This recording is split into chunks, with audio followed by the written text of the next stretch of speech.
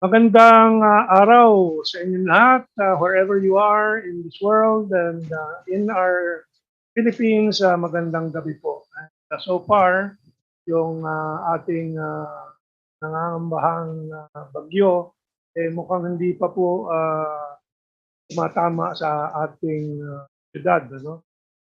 We are going to do as usual our Wednesday our things two parts. The first part is our taping of the Golden Nation Network show, opinion ngayon. So that's the first hour that we're doing this, 6 to 7. Ano? And we have two topics po that are very significant. The first, of course, is the international issue of the 9/11 20th anniversary, yung 9/11 attack sa World Trade Center. Ano, ito ay napaka-significante po because what we are seeing this year, some of the things that we are seeing this year, so tulad ito pong pagtapos ng Afghan War, ay nakaugat po dyan sa 9/11 World Trade Center attack. If you want to understand history, always tune up to us dito sa Power Things, sa RP1 every Sunday, Maestro, and sa Golden Nation Network show, Opinion ngayon. Because here today we will explain in the first part about the 9/11 World Trade Center attack, that it was a big murderous hoax, talagang napaka karumal-dumal na krimen, at makikita po natin dito sa ginawa nila sa September 11, 2001, yung manipulasyon ng pananaw, paningin, mga mata ng buong mundo. At kung dito natin makikita kung paano nila nakakayahang lokohin ang buong mundo. Samantalang ang mga gumawa po nitong September 11, 2001 attack on the World Trade Center is not the 19 Saudi Arabians, most of them, and certainly they're not Iraqis, they're not Afghans. Kung bakit ginamit ito na umatake sa Iraq, umatake sa Afghanistan, at walang kakayahan po sila Osama bin Laden technologically to do that. Who did it therefore? Makikita po natin, although we won't be able to explain all the details, but this is always for me a chance to direct people to look at the details, more details.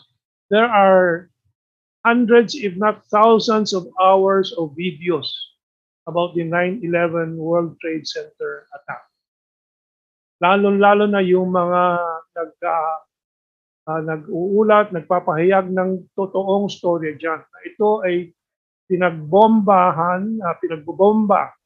ng mga financial oligarchs ng mundo. Nag-consortium sila under the coordination of Larry Silverstein, and then kasabot po ang American Military-Industrial Complex. Kasi halimbawa yung tanong, bakit walang nag-intercept po doon sa mga eroplanong tumama sa Building 1 and Building Tower 1 and Tower 2 ng World Trade Center? Bakit walang nag-intercept? Kasi nagdeklara ng exercises, military exercises, at dinirect yung mga eroplano away from New York. Who could do that if not the political authority? Si President Bush, kunwari nandun sa eskwelahan, bumibisita. Kung sinabihan, kunwari natulala, hindi gumalaw. That was all coordinated. Paano nakapag-plant ng mga bomba po doon sa World Trade Towers? Well, yung bumili po 3 months before the World Trade Towers attack, sino? Si Larry Silverstein, ang kanyang security chief for that operation. Securicom, ang kumpanya, was Marvin Bush, kapatid po ng naging presidente din in 2001 na si President George W.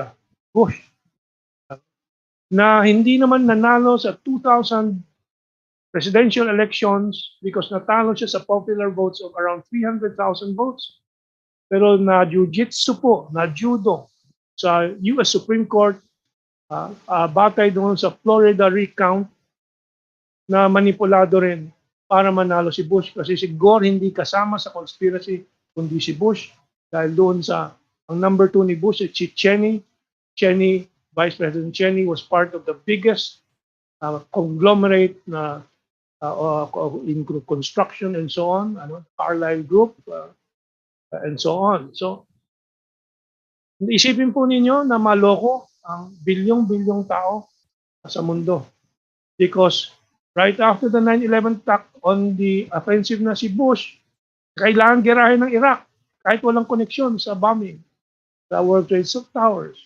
Girahin ng Afghanistan kaagad kahit walang koneksyon kasi mainit pa, dalandala pa ang taong bayan sa Amerika at sa mga buong mundo doon sa shock ng attack na yon at halos 3,000 napatay. May mga tumatalon mula sa building na kanilang paulit-ulit na pinapakita. So the world was shocked, terrorized, and immediately swallowed the bait of the anti-terror war.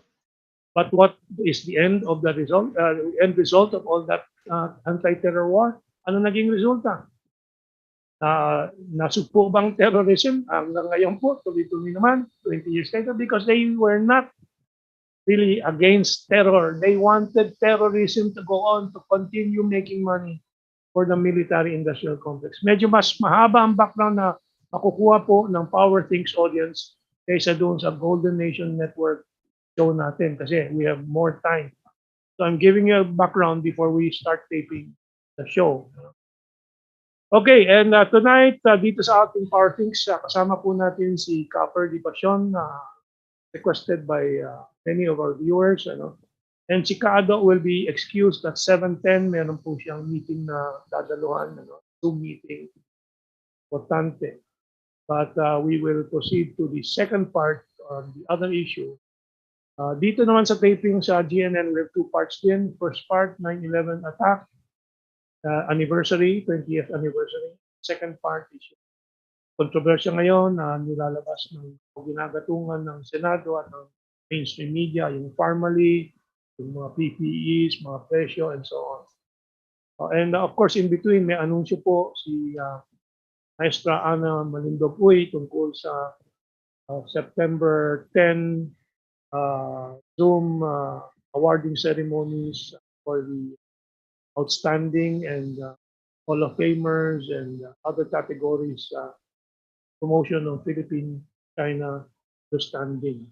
Okay, magka-countdown po tayo to start our Global News Network taping. Josh, I'll count down. Okay, 5, 4, 3, 2, 1.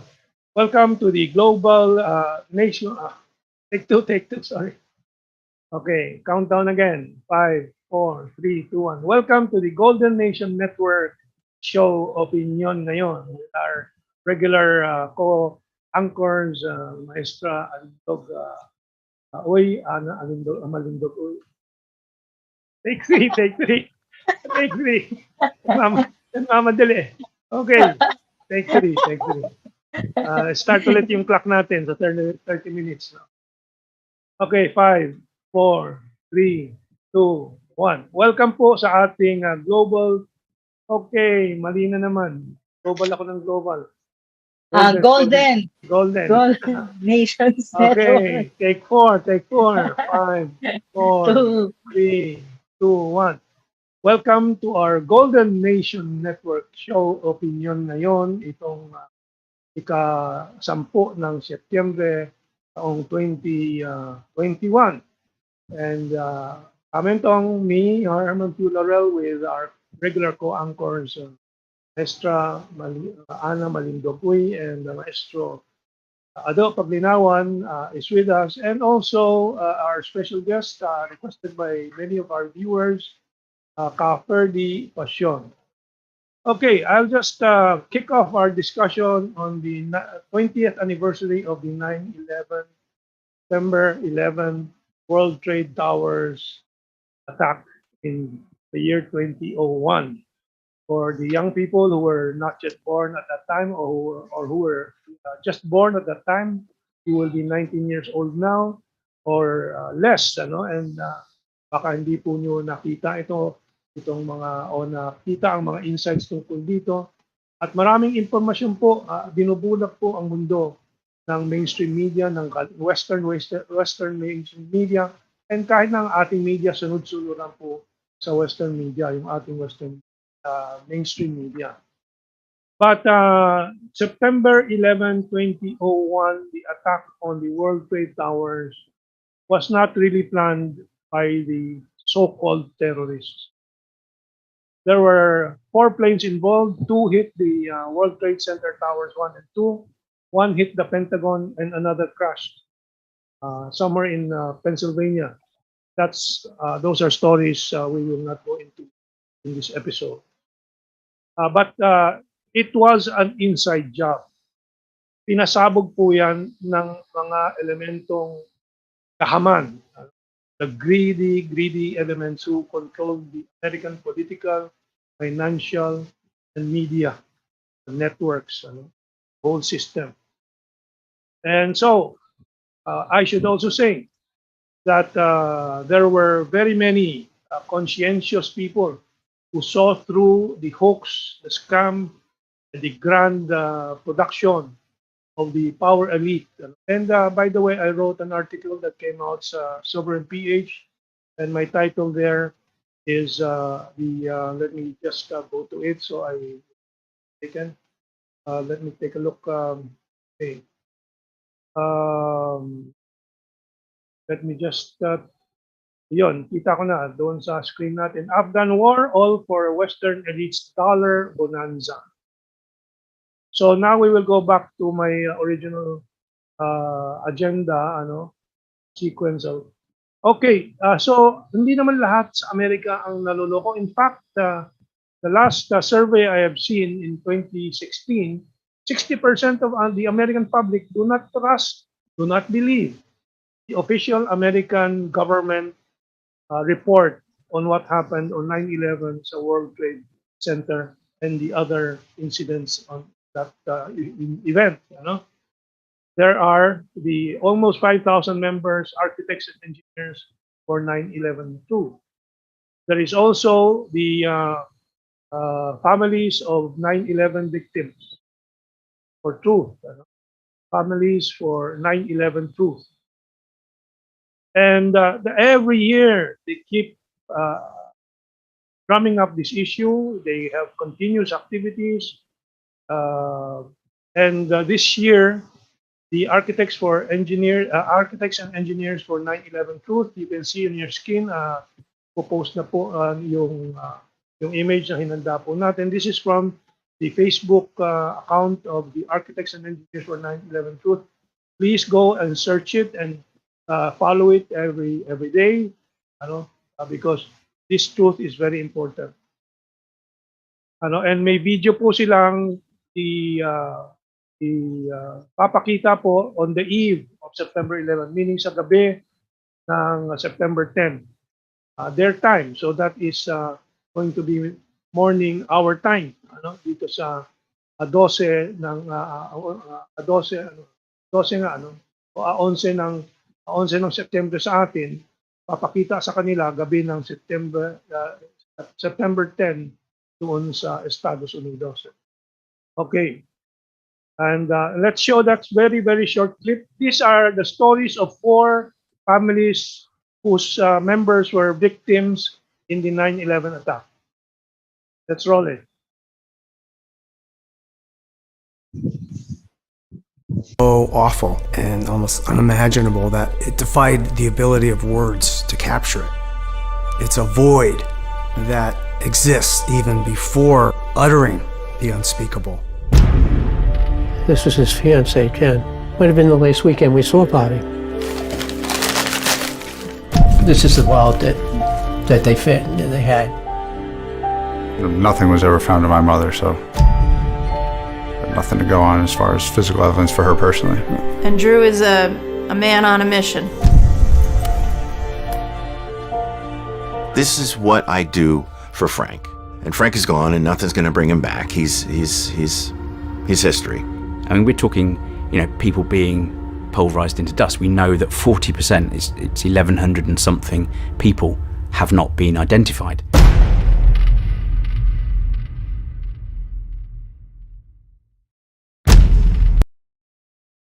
Is I expect it.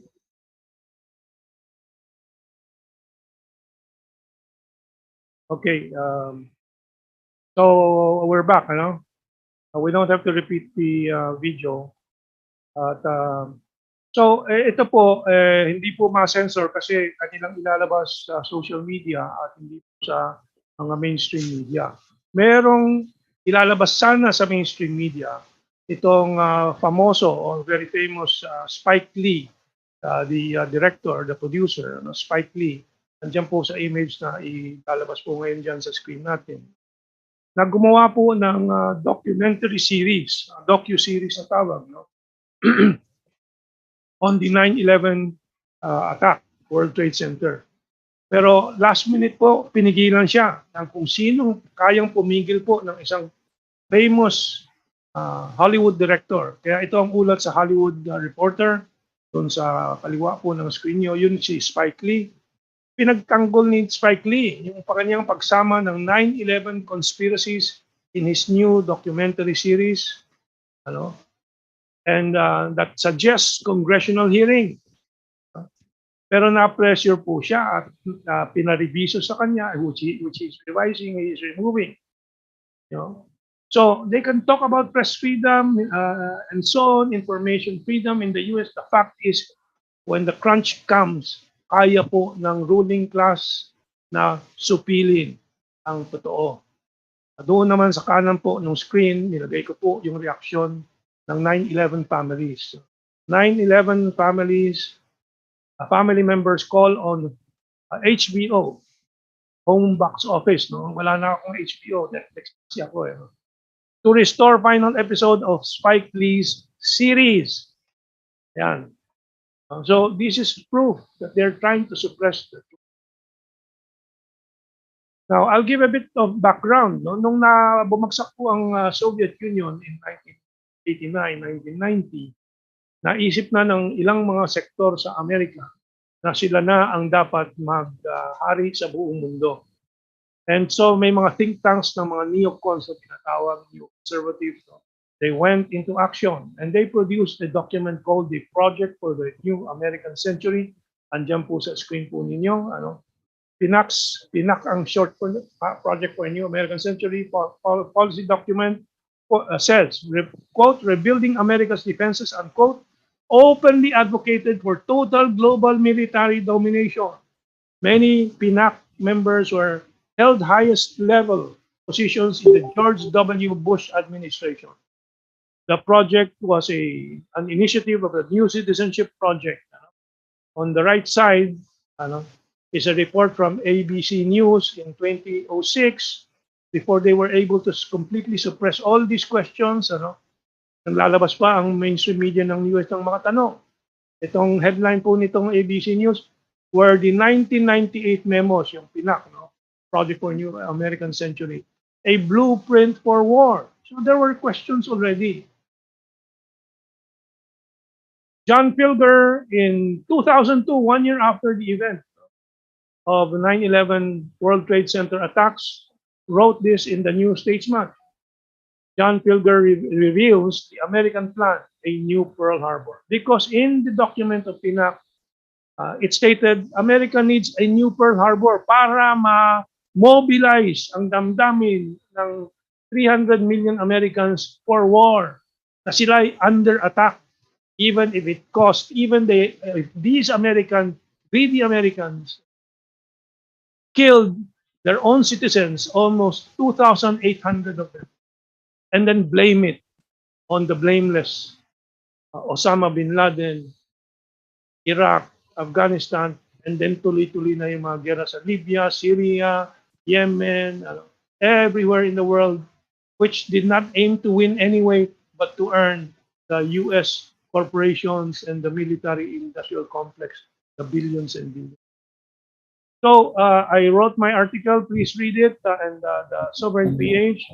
And then now let's take a look at the first video that raises some of the questions, initial questions.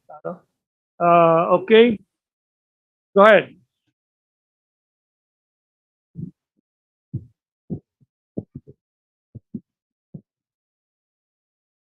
Pilots, engineers join victims' families to sidestep the mainstream media wall of silence. Huge billboards on Times Square and across the states confront the fact most Americans don't know a third giant tower on 9/11 wasn't even hit by a plane, yet somehow collapsed in free fall. At 5:20 p.m., World Trade 7 suddenly, neatly and symmetrically just folded like a pancake. This is high school physics. A building cannot do free fall with 40,000 tons of structural steel in its structural system without it being blown up. The government version is that office fires made all 84 steel columns break at the same time. But there are other versions. John Cole's among thousands of leading independent experts with architects and engineers for 9/11 Truth. Great to speak to you. So who did it? Who didn't do it is the 19 hijackers that allegedly flew the plane. It is impossible. It is impossible to melt that steel by the office fires, the jet fuel, or the collapse itself. It's a physical impossibility. It cannot be replicated experimentally. It defies the laws of physics. If you set aside your politics, you set aside your beliefs and your religion, and you use the scientific method. World Trade Center 7 is basically a classic controlled demolition where a building free falls and comes straight down into virtually its own footprint. The only explanation that explains all the evidence, the nanothermite, the iron microspheres, the high temperatures found out there, the free fall, the uniform, what I call the uniform acceleration of the towers, when those came down, there was no impact or jolt when it hit the undamaged section below. Because there was no jolt, something blew those towers out, allowing it to uniformly accelerate downward. The only thing that makes any sense at all from a scientific perspective is that those towers were blown up. So, wala pong duda. Dahil all these theories may be wrong, but physics cannot be wrong. And that is the basic proof. Now, I have the speaker there was explaining that there are a lot of evidence, melted steel, globules, parang mga bolang, mga bakal na siguradong galing sa natutunaw na bakal, no? And airplane fuel, pagsabog po niyan, parang kotse, no? Pagsabog, ubos yan, mag-evaporate po yan, ano? It doesn't stay that long, ano? But, well, naloko nilang mundo. Now, the proof of the explosives, no? The use is, that explosive is called thermite, ano? THERMITE. And yan po ay ipapakita po sa next video before we go to some of our guests for a short discussion. Let's show that video. John made a mockery of mainstream sites Nat Geo and Pop Mechanics, who've desperately tried, for instance, to show 175 pounds of military nanothermite couldn't break the columns. John did it with just 1 pound. Can thermite of any type burn through steel beams? I guess it can. Ayun po, yung Popular Mechanics po is a mainstream media publication. And yan po ang siyang parang nagpapalabas ng mga scientific answers daw doon sa conspiracy theory na hindi yan, walang bomba sa loob nung nagpa-crash niyan and so on. And Popular Mechanics wanted to prove by demonstrating that thermite could not do it. But in the experiment they did, precisely they proved that it can be done, and it was really done with the explosive called thermite and other explosives. No? Yung thermite po kasi talagang nagkakat, no? Naghihiwa ng bakal. And so my next video is a discussion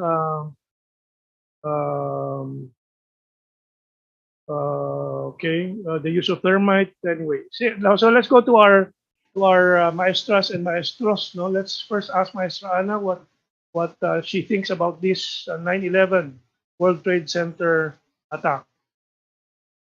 Okay po. Good evening po sa ating mga at good day sa lahat ng ating mga tagapanood, no. The first thing that comes to my mind when you talk about 9/11 is yun yung time na they have yung US, yung eyes nila, kumbaga, naka-focus sa Middle East. And one reason I think for that, or many people already have said this, is oil. Okay? They want to control the oil. And how would you do that? Of course, you have to create destabilization in the Middle East for you to have reasons to come in and say na, okay, we are here. And we are here as heroes, and we will try to implement peace. We will liberate the Middle Eastern people from oppressive states, like the Taliban, like the Iraq, Saddam Hussein from Iraq, and all this. So that's actually the propaganda.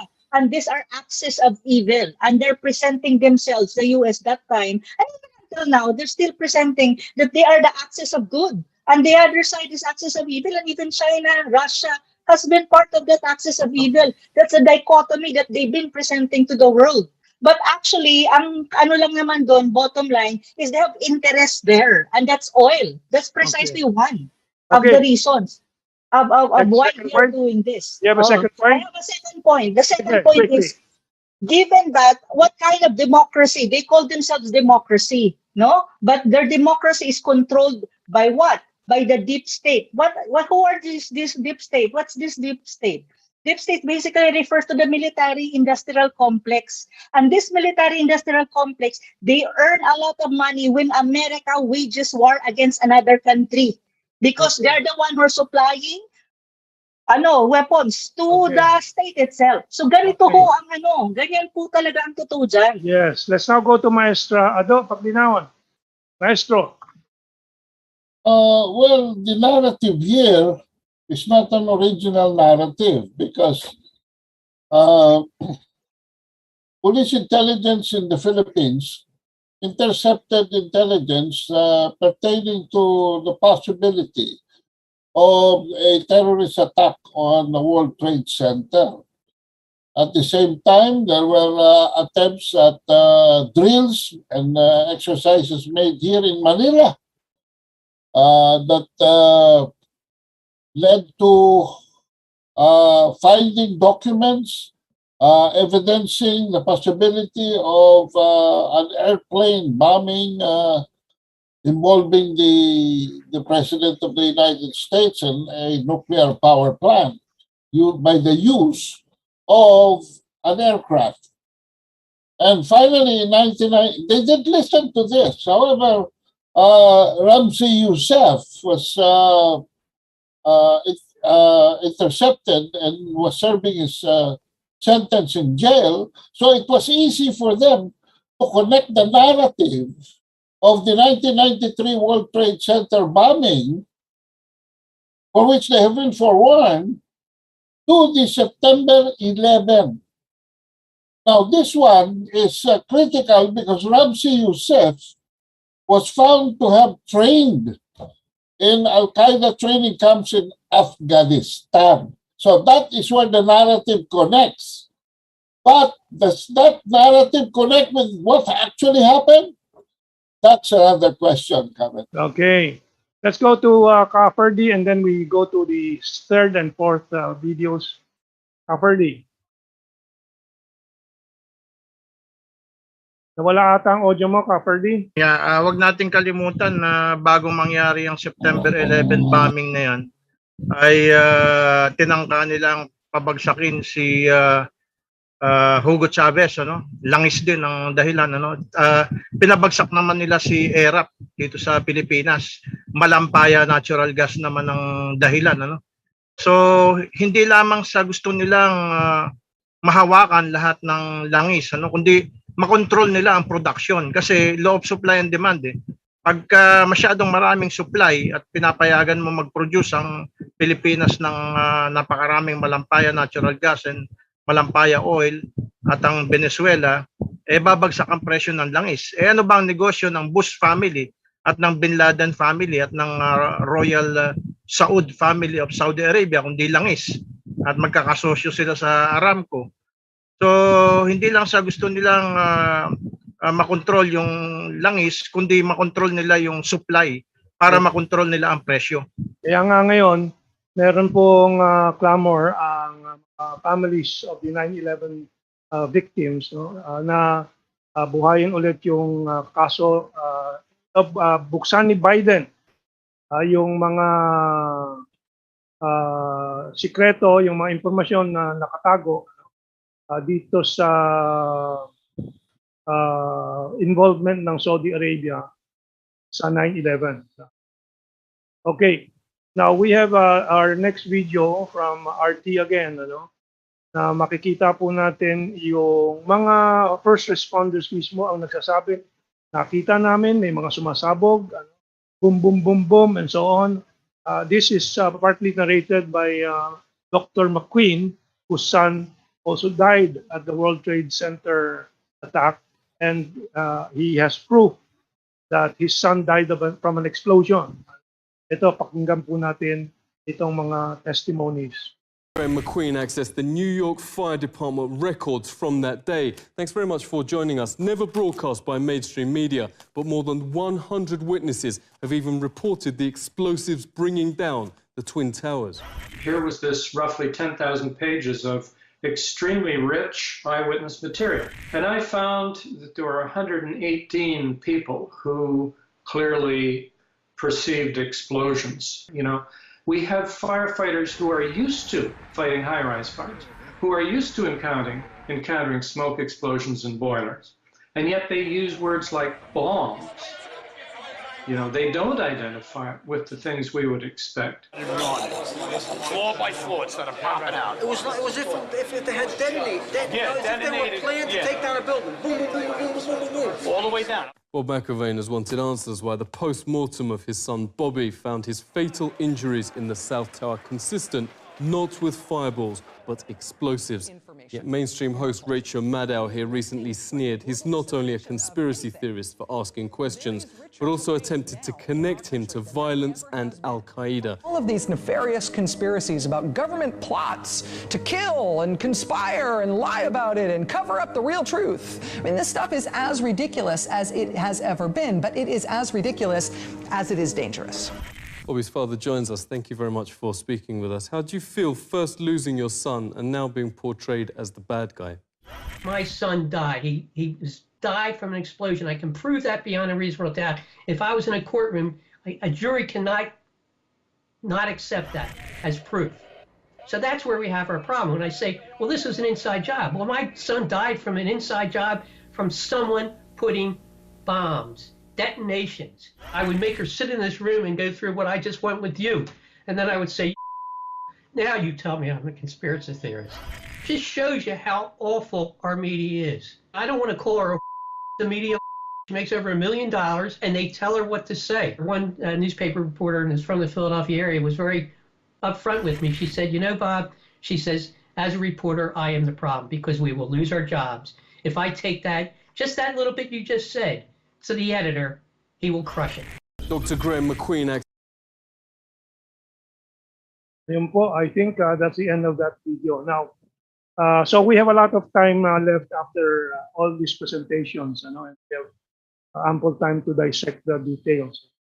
Napakahalaga po na ito mapag-aralan ng audience po natin into further details kasi nga this tells us how our world is run, and how important information is, and how elusive justice is even for Americans and in America. 20 years na po, tinatay po ang mga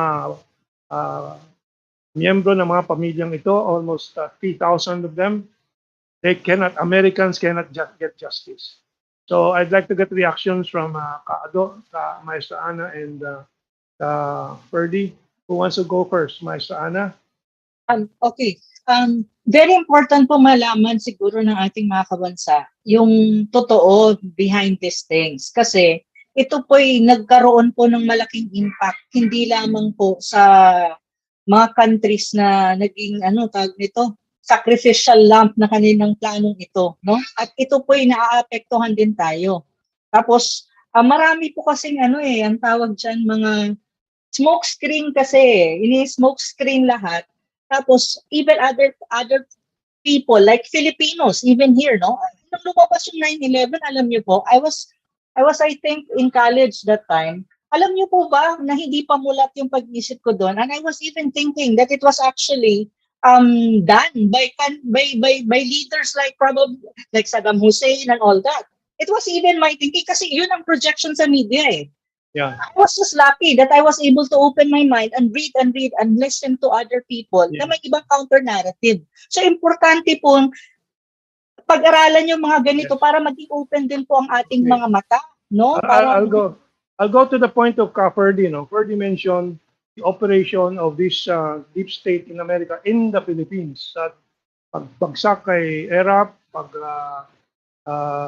even earlier pagbagsak kay President Marcos, and so on.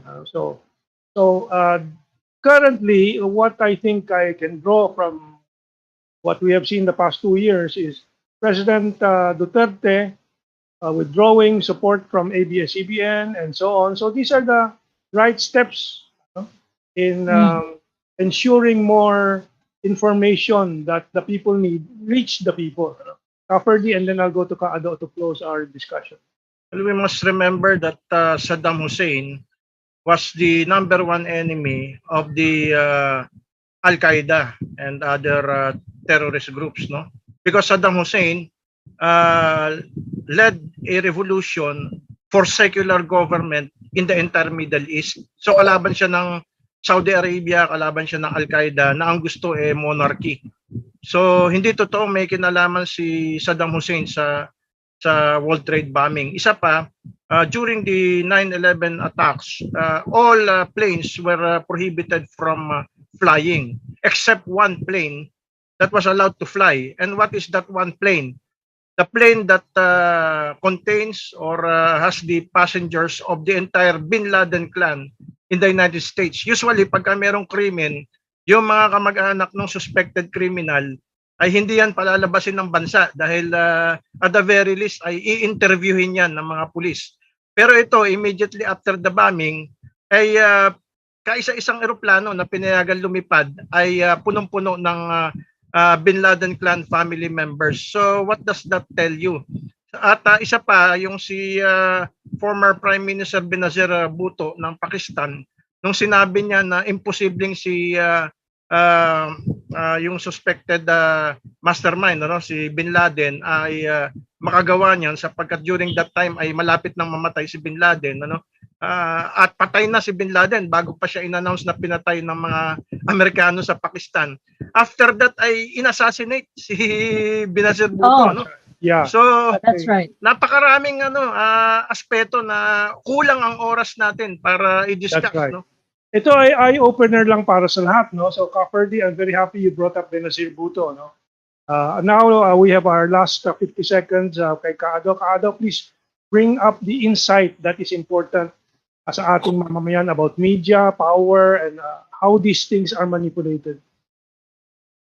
Well, 6.4 trillion in 20 years was spent in post-9/11 wars. That is what this thing is all about. Money for the deep state, power for the basically Republicans who stage this, who are frequent sponsors of the deep state, and who have planned even earlier, I believe in 1998, 5 years after the bombing of the first bombing of the World Trade Center, the killing of Bin Laden, followed by the killing of Gaddafi. And these are very horrific events because these people have been helping Iraq and Libya, have been helping poor countries, especially in South America and Africa. Okay, we have to end. We have to end our discussion. Thank you very much. I think this is a good starter for the others who have not done. Can I just add comment? Ferdie, 30 seconds. Go ahead. It's not only the Republican Party, but the both parties, Democratic and Republican, that are responsible for what has happened in the World Trade Center and in the entire Middle East, in the entire world, including the Philippines. But as we can see, there are very many Americans who are like us, going for truth, and desiring peace among all men. And so we must help each other achieve this. We'll take this break now, and we'll come back on a domestic issue. Okay, Joshua.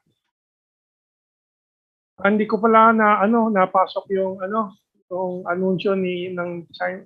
We'll start with that, no? Joshua, are you ready? Okay, countdown ako for our second part. Let's open with the CRI report on the awarding. So Anna can make some announcements and give me the timer as soon as I count to 1. 5, 4, 3, 2, 1. Okay, balik po tayo dito sa ating Golden Nation Network show, Opinion Ngayon. And itong pag-uusapan natin sa pangalawang bahagi po ay yung formally phantasm na Senado. But before we go on, I'd just like to report that the China Radio International reported this event this Friday dito sa ating bansa. Itong araw na to, 10 po ng Setyembre. Mga laureate, sabi po ng Filipino broadcast na to, mga laureate ng Award for Promoting Philippines-China Understanding, ipinakilala media susi sa pagbasag ng maling persepsyon sa China at Pilipinas. Maestra Ana, paliwanag ng kaunti nga dito sa event na to. Opo, ang ano po na yan ay nasa culminating part na po, tapos na po kasi malapit na po ang awarding ceremony, and that will be this Friday, September 10, ng 3 to 4:30 p.m.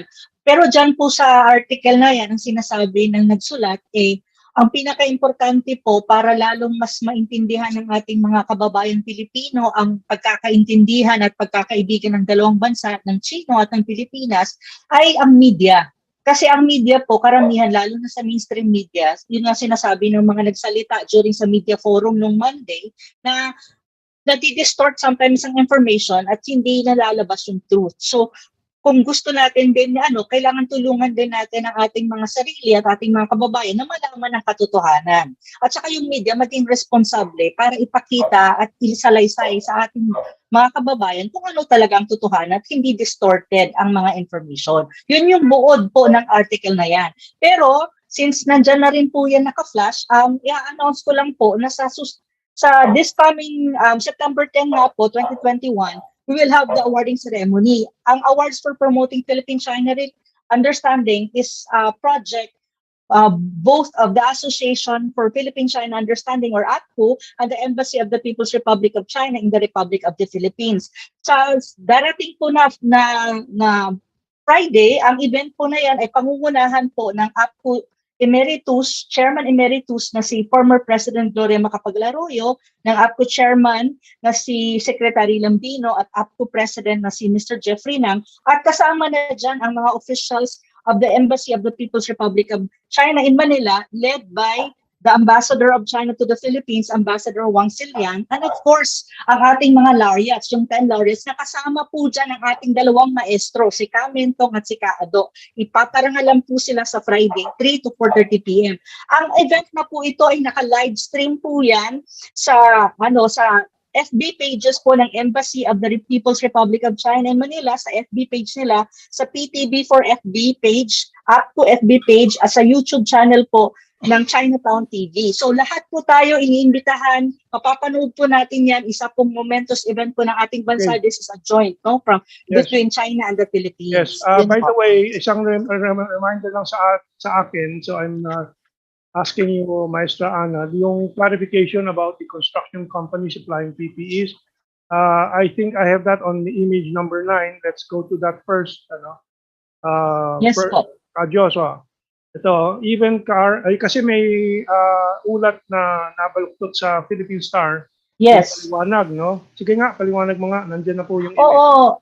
Kailangan kong ipaliwanag ito kasi ako yung host or moderator ng nakaraang media forum ng APPCU noong Monday. No? It was around 10 to 11:30.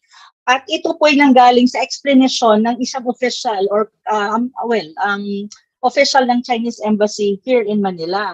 Ang sinasabi kasi, hindi kinote po ng mabuti. Parang pinutol niya, tapos pinutol po ng Philippine Star ang buong quote eh. And it has something to do sa nangyayaring Senate hearing ngayon sa dito sa atin sa Senado about the PPEs. At saka yung tinutukoy nila is yung yung kumpanya, paano po i-pronounce to? Construction company. Isang construction company na XCMG. Ang sinasabi po kasi doon, itong company na to is a world factory, the largest global supplier. Ang China kasi ay largest global supplier ng PPEs and other medical supplies tulad nito, no? Even before the pandemic. So, nung early part ng pandemic po, even the US, ang kanilang mga manufacturing industries, even cars and all that, they actually, the government, the state government of the US asked na i-convert into production lines ng PPEs is the same that happens in China. Though ang China na ang global, ito pong company na to na construction, inas ng government na ang ibang production line ay mag-produce ng PPEs para po masupplyan ang ating mundo dahil nagkukulang po tayo at may shortage po tayo. So, sulat po ako ng article. I'll just add the explanation and I want the audience to look at the image I prepared, no? Kasi nga, yung allegation ni Drilon, bakit nagsusupply ang construction company ng PPEs? Parang may anomalya, wala po. Dahil kahit sa Estados Unidos, ayan, ay aking nilagay po dyan sa Wall Street Journal, need for face masks in China pushes auto energy companies to make them. General Motors Venture, Foxconn, Sinopec, which is a petroleum company, use assembly lines to produce protective gear to fight coronavirus outbreak. It was an emergency, so even si Trump mobilized General Motors, to produce ventilators and other necessary equipment at that time. So si Drilon should study his issues first, sila Lacson and so on, before making baseless accusations. Okay, let's now go to the first image ng ating second segment po, no? Itong number 7, ito pong Palace to the Liberal Party explained the purchase of overpriced PPEs during Pinoy's watch. Kasi po, nung panahon ni Noynoy, ang binili nila nung 2015 and June 2016 ay 3,500 pesos and 3,750 pesos PPEs. Now, itong panahon naman ni Presidente Duterte, yung PPEs na sinasabi nila sobrang mataas ang presyo ay 1,700 pesos. So, which one is really higher? And nung panahon ni Noynoy, wala pa pong pressing emergencies. So, dapat maluwag ang supply. You can buy lower. Samantalang nung panahon ni Duterte na, the whole world was competing to get supplies of PPEs.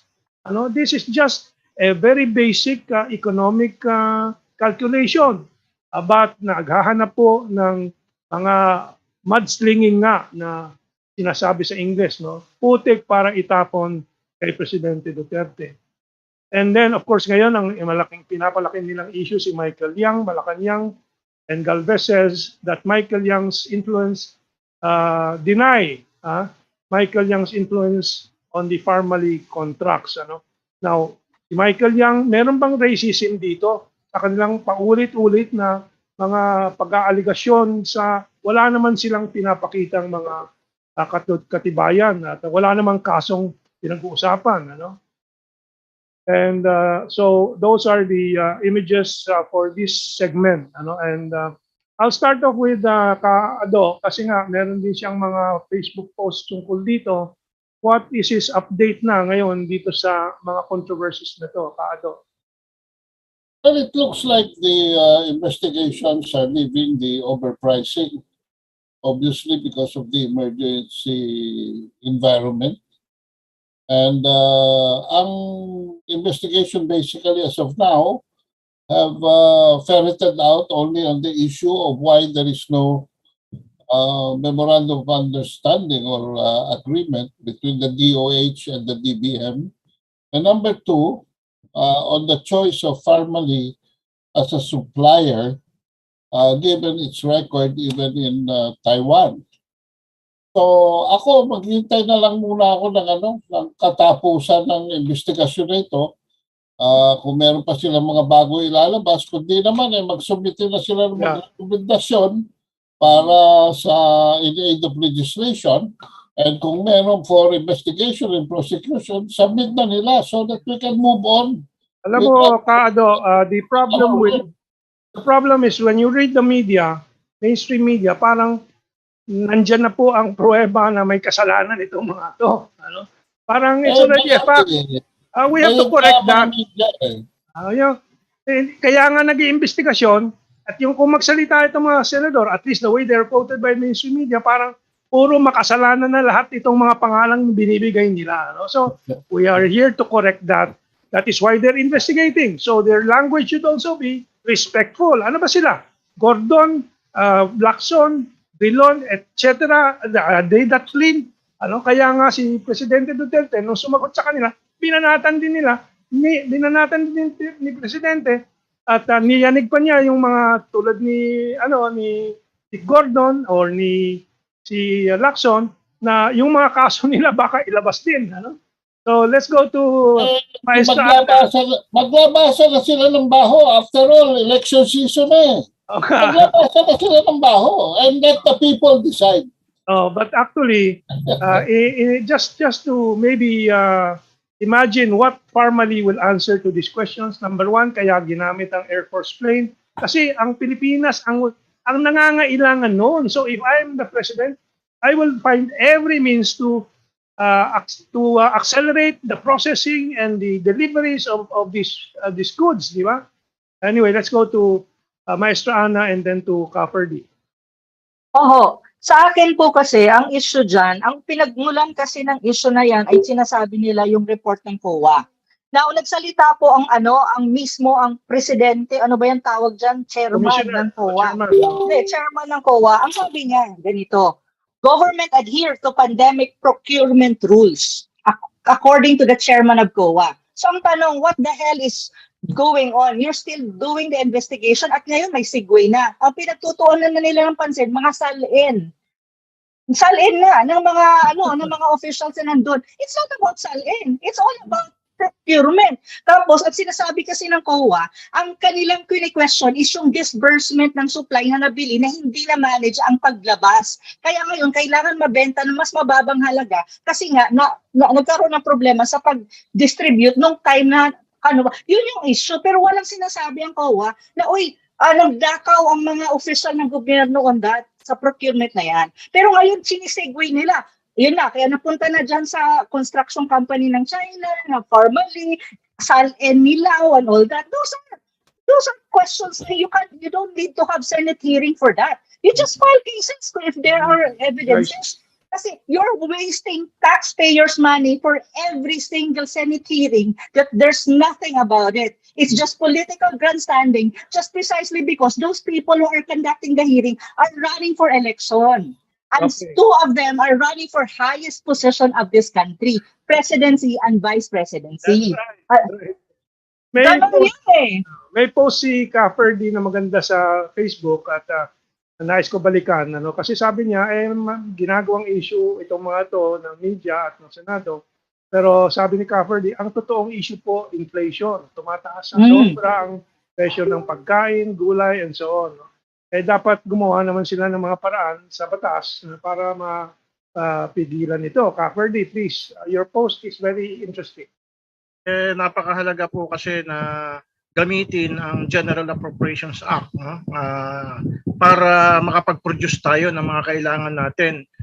Hindi naman kasi tayo kinakailangan pa magkaroon ng ganyang issue kung tayo ay nagpro-produce ng sarili nating PPEs, nagpro-produce tayo ng sarili nating pagkain, nagpro-produce tayo ng sarili nating vaccines. Ang problema po, matagal na namin sinasabi sa Nationalist Filipinos Against Foreign Intervention, hindi natin pinapatupad yung sarili nating constitution. Ano ba nakasulat sa constitution?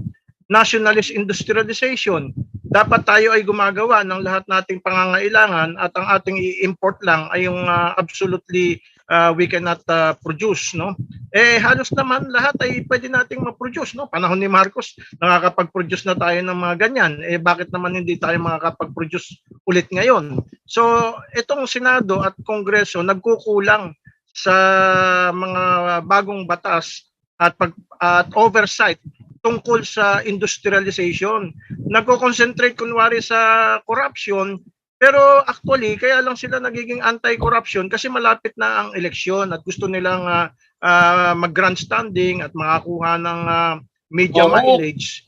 Pero ang totoo niyan, hindi naman sila anti-corruption. Si Drilon ba anti-corruption yan? Nako baka tayo mahulog sa ating upuan, ano? Sina Pacquiao, totoo bang anti-corruption yan?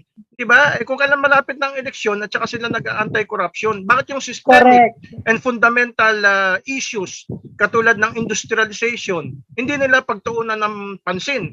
At yan ang magbibigay ng maraming trabaho sa mga Pilipino para hindi na tayo aasa sa ibang bansa. Ferdie, ihahabol ko lang reaction mo. Bakit wala silang ginagawa sa kuryente na basis ng industrialization na sobrang mahal naman dito sa Pilipinas dahil privatized. Ang dami na ngang milyong-milyong Pilipino na ang nananawagan sa Senado at saka sa Kongreso na baguhin o tuluyan ng tanggalin ang EPIRA, pero nagbibingi-bingihan sila. Magkano kaya ang dahilan at gaano kaya kalakas ang kalansing ng salapi at kwarta kaya hindi nila naririnig ang sigaw ng mga tao tungkol At sa EPIRA? hindi lang yon, Ferdie, Maestra Ana, and Kaado.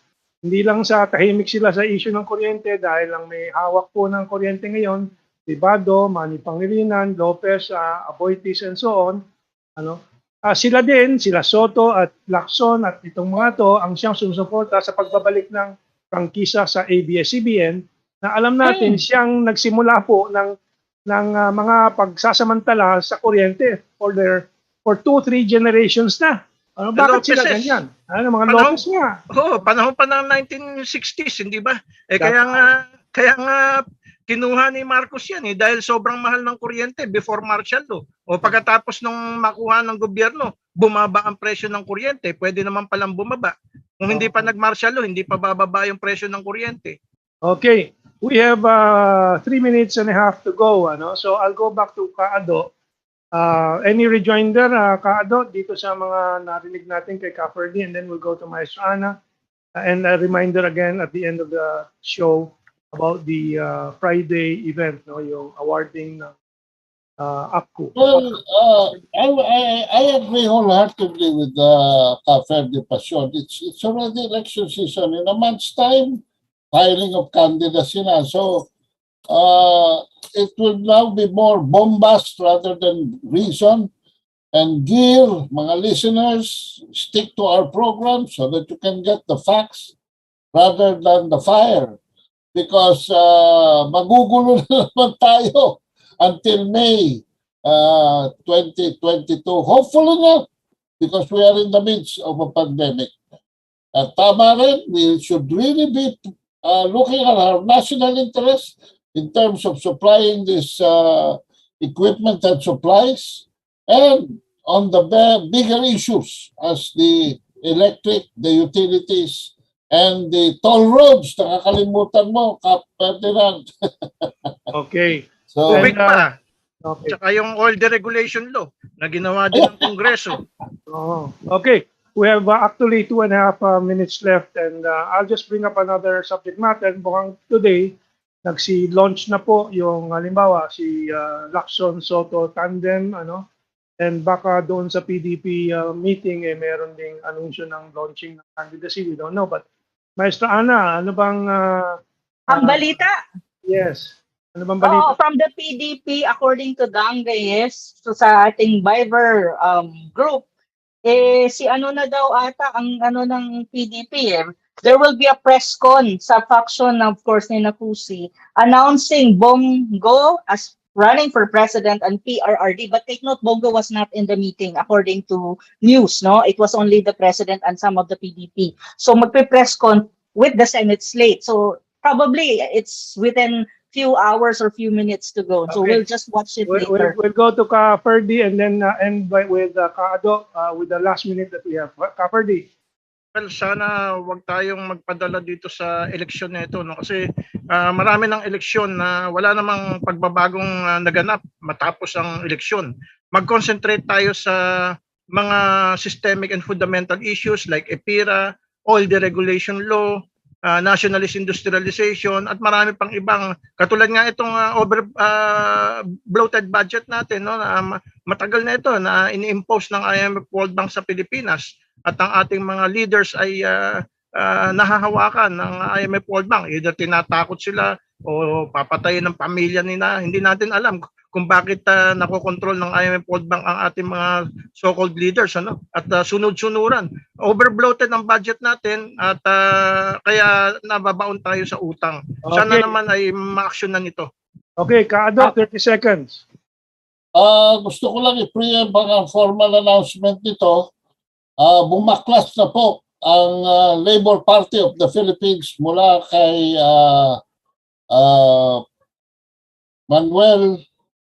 Emmanuel Pacquiao. At sila ngayon ay naghahanap ng mas makabuluhang kandidato para sa Pangulo ng Pilipinas sa 2022. Okay. Mabuti naman, no? dating Secretary General ng Labor Party ang tatay ko. Mabuti at nagising at nauntog itong mga ito. That is the scoop. That is the scoop. We have no more time. Maaari matanggal si Pacquiao sa PDP laban. Kaya tatakbo nga sigurong independent sa kanyang pagkatalo. Okay, we have no more time. Maraming salamat po. We hope what you need for reflection and meditation itong mga darating na araw. Have a good week ahead of you. So with that ends our muna ako. Papaalam si Good luck sa meeting. Okay, now we go to Power Thinks September 8 edition. So let me go back to our agenda. Our agenda will be nasa na ba tayo? Number 8 ba? Number 8, no? Let me nagkakahalo po yung ating mga okay, from ating issue number 10, let me just check. Okay. Hindi. Si Pacquiao ay mapupunta kay Len, ang tingin ko, si Pacquiao will pair with Isko under liberal, or not necessary but supported by liberal. Okay. Yan yung most probable. Bati muna tayo sa ating mga regular viewers at discussants, mga nakausap po natin dito sa social media show natin. Andito na po sila. Kita ko na Pablo Avellana, Tasio Del Mar, Pinay Paparazzi, Dante Sumaong, Andrea Post, Jack, hello, and Hernani Pader, Anacleta Watson. There are some new names here po, Lawrence Halpin, of course, is a regular natin po, and Arnold Hosson, Rain Cloud, and then let's go on. Maraming messages si Anacleta, Anachela Watson, daming messages niya. We'll try to pick out some later on. Okay, Yolanda Sagum, Julie Merano, we'll get back to the other names, Ben Cruz, and dito naman sa kabila, Lawrence Eknerolf, Juliet Camaro, Obi Aranza Mendez, Graciano Coronel, Alexandro Guerrero, Darius Lucero, Antonio Miguel Carlos, and then Jolito Argelia, Siracita Briones. Okay. So let's go to our first item. PDP laban asks COMELEC to declare officers of Pimentel Pacquiao faction as illegitimate. Well, after that scoop from Kaado, LLP ba? Labor Party is dropping Pacquiao. Pacquiao will be floating on air running as independent, I wonder. Let's go to Ferdie. Anong reaction mo dito? Yung PDP laban nila Pacquiao tsaka ni Pimentel, dilawan yan, ano? Ang nagtatag ng PDP ay si Pimentel, ano? Dilawan, anti-Marcos. Yung laban naman si Ninoy Aquino, lakas ng bayan. Nung tumakbo si Ninoy Aquino noong 1978, assemblyman. Kaya na-infiltrate ng mga dilawan niya, no? Particular ito na Pimentel at saka si Pacquiao. Si Pacquiao, dilawan yan, ano? Yan sumipsip ng husto yan kay Noynoy Aquino nung panahon ni Noynoy, ano? Kaya dapat ma-parts nga itong PDP laban, mahiwalay na itong mga dilawan na ito para total naman talaga namang ano na sila, minority na sila Itong Pacquiao at saka Pimentel faction, minority na sila sa PDP laban. So dapat talaga ma-oust na sila diyan. Okay. And Maestra Ana, Ako naman, talagang maa-out sila ngayon na nagkaroon na ng tinatawag mong convention ng PDP, which is I think constitutional yung convention nila sa kanilang constitution as a political party. Pero one thing that we have also to remember, Pacquiao became the president of PDP not by virtue of voting really. Hindi siya binoto talaga ng isang nasa convention. Parang nilipat lang ni Pimentel ang kanyang rango kay Pacquiao, parang at iniisip niya na lahat ng membro mag-agree. Kasi ito naman si Pacquiao, feeling niya kapag siya ang presidente ng PDP, siya na rin ang standard bearer. Yun ang kanyang perception Kasi that's the strategy that they had before kaso may pumalag. Ayun. Okay. Yun yung kanyang kalalagyan. Well, tingnan natin yung mga reaction ng iba dito sa mga nangyayari sa politiko po natin.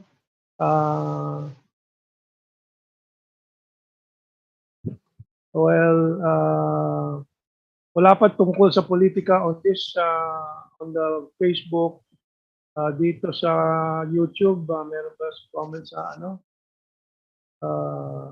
anyway, si Anacleta Watson nagpapasalamat. Kaya salamat sa mga vloggers gaya nyo, sabi niya. Now, New York train lines were flooded and so on. So, I'll look at some of the reactions later. Let's see. Sabi ni Norman Reyes, demolition team ni Bush ang nagpabagsak ng Twin Tower and attributed to Bin Laden, then to Saddam. After that, zip the oil of Iraq by Texaco owned by the Bush family. Actually, marami sa ating mga viewers and listeners updated din sa mga ginagawa po ng deep state ng Amerika. Okay, sa politika, siguro we just finished discussing it, mamaya ang mga reaction. Let's go to a positive development po, and again, it's always with China, ang mga positibong balita. Si Chito Santoraman, ang ating ambassador po sa Beijing, nag-post po siya. Ito po sa screen po ninyo.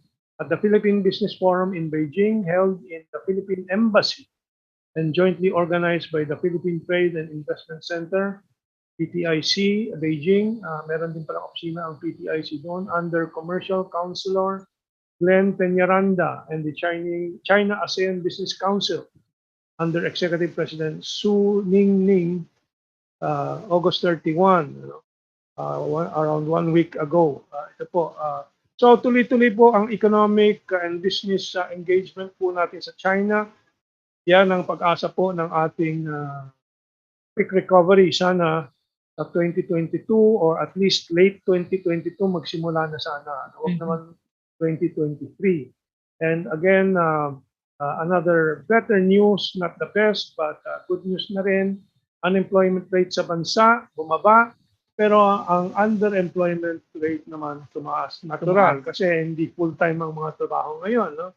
Ayon sa Philippine Statistics Authority, bumaba sa 6.9%. Ang unemployment rate ng bansa o katumbas ng 3.7 million na walang trabaho edad 15 anyos pataas. That's a lot of millions. Sa kabila nito, tumaas naman ng 20.9% sa buwan ng Hulyo ang mga individual na nagsabing kulang ang kanilang trabaho o hindi sapat ang kanilang kinikita sa pinagkakakitaan nila ngayong pandemya. Talaga pong tayo'y lahat nag-aalala tungkol yan. So, those two muna, Maestra Ana and Ferdie. Si Ferdie is in Congress, in some of the activities there. Anong narinig mo? Ano nakikita mo sa economic recovery po? Merong maganda, no? Merong hindi maganda. Ang maganda,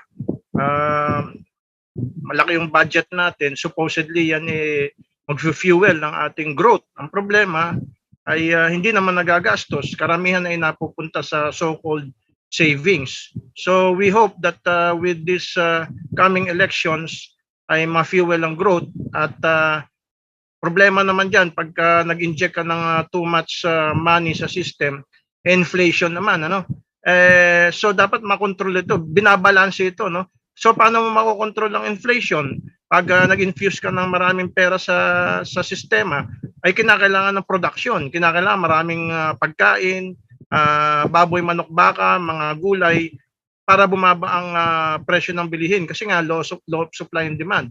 So kinakailangan suportahan ng ating mga farmers, ang ating mga livestock growers at pababain ang presyo ng inputs, lalo-lalo na yung mga feeds, fertilizer, pesticide, etc. Yung agriculture sector ang dapat nating unahin. Sa anumang krisis, napakahalaga ng pagkain at kami ngayon ay nakakaramdam ng kaunting kahirapan dahil nga sa tumaas ang presyo ng mga pagkain sa mga karinderya. Dati mas makakatipid ka pag bibili ka ng lutong pagkain sa karinderya dahil makakatipid ka sa LPG. Ngayon dahil tumaas yung presyo ng mga pagkain sa karinderya, parang na-offset yung tipid mo sa LPG.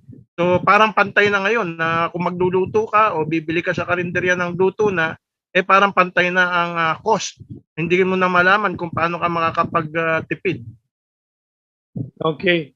Maestra Ana, anything to add dito sa ating ekonomiya? Tama po si Ferdie, no? Ang sabi nga niya po, dapat pagtuunan ng agricultural sector. Kasi kung titignan niyo talaga, paulit-ulit ko rin sinasabi na ang bansang Pilipinas ay isang agricultural country.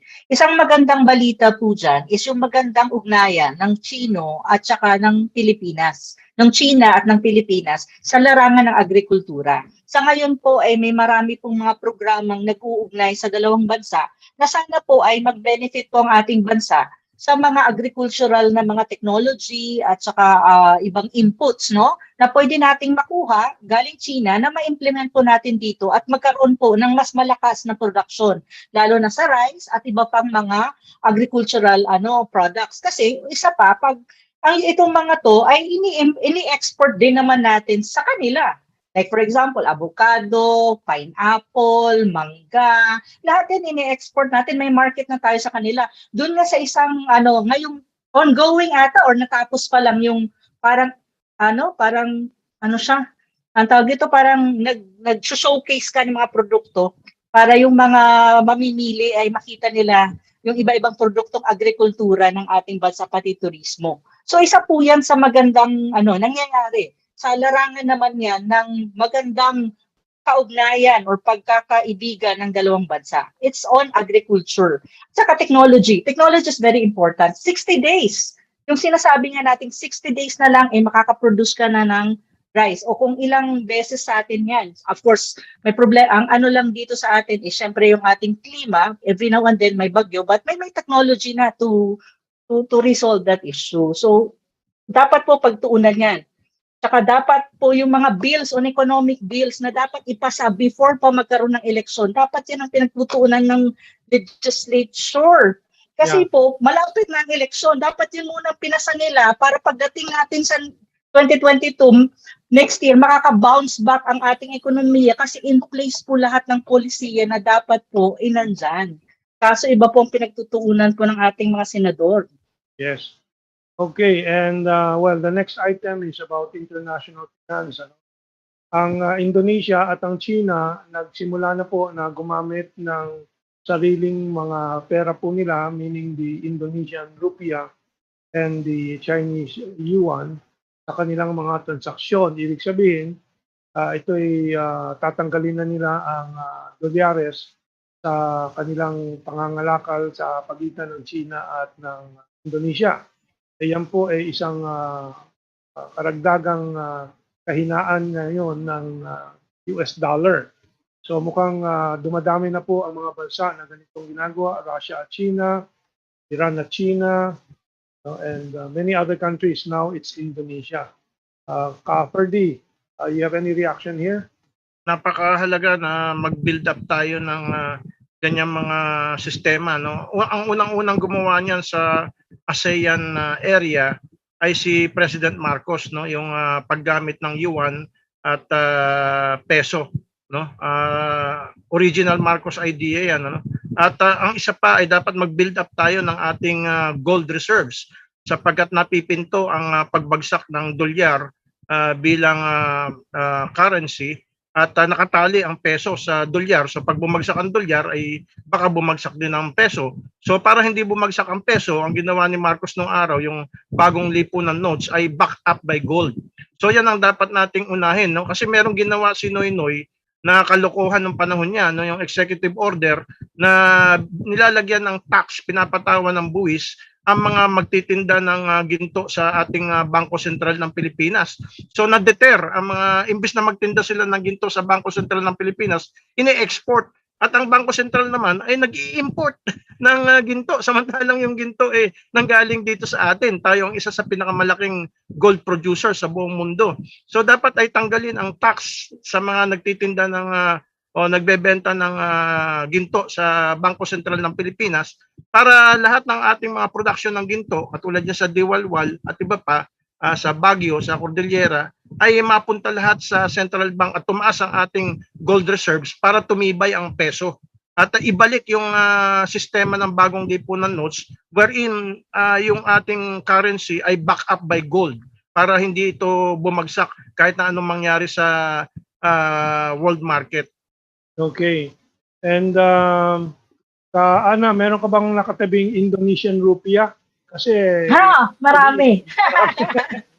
Marami akong mga ganyan. Yung mga parang souvenir. Pero nasa wallet ko lang. Hindi ko ginagastos. Marami ako. Malaysia. Basta kung saan ako pumuntang bansa noon, ay nandun lang sa wallet ko. Oo. Dalawang currency yan, Mentong, na hindi babagsak pag bumagsak ang dolyar. Yung yuan ng China at saka yung ruble ng Russia sapagkat napakaraming ginto ng Russia at saka China.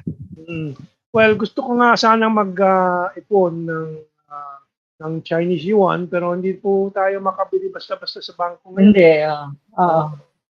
But anyway, we'll see as time goes by. Baka magbago yung mga Kasi talagang peligroso ang dolyar. It can crash anytime bigla. Kaya, actually, ako, may share lang ako. Kami, yung aming, si John kasi naglalaro at marunong siya sa stock exchange. Naglalaro ka. Okay. Anong una, nasa American companies yung mga investment.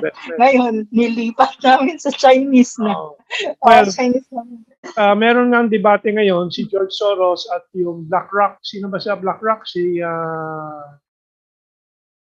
bilyonaryo din, no? Na yung BlackRock po na i-invest na sa China. At sinasabi ni George Soros, it's a big mistake. No? So palagay ko, si George Soros kasi maraming politika yung kanyang ginagawa. So anti-China lang yung si George Soros. Pero marami talaga tulad ni Elon Musk, sa China nag-i-invest, si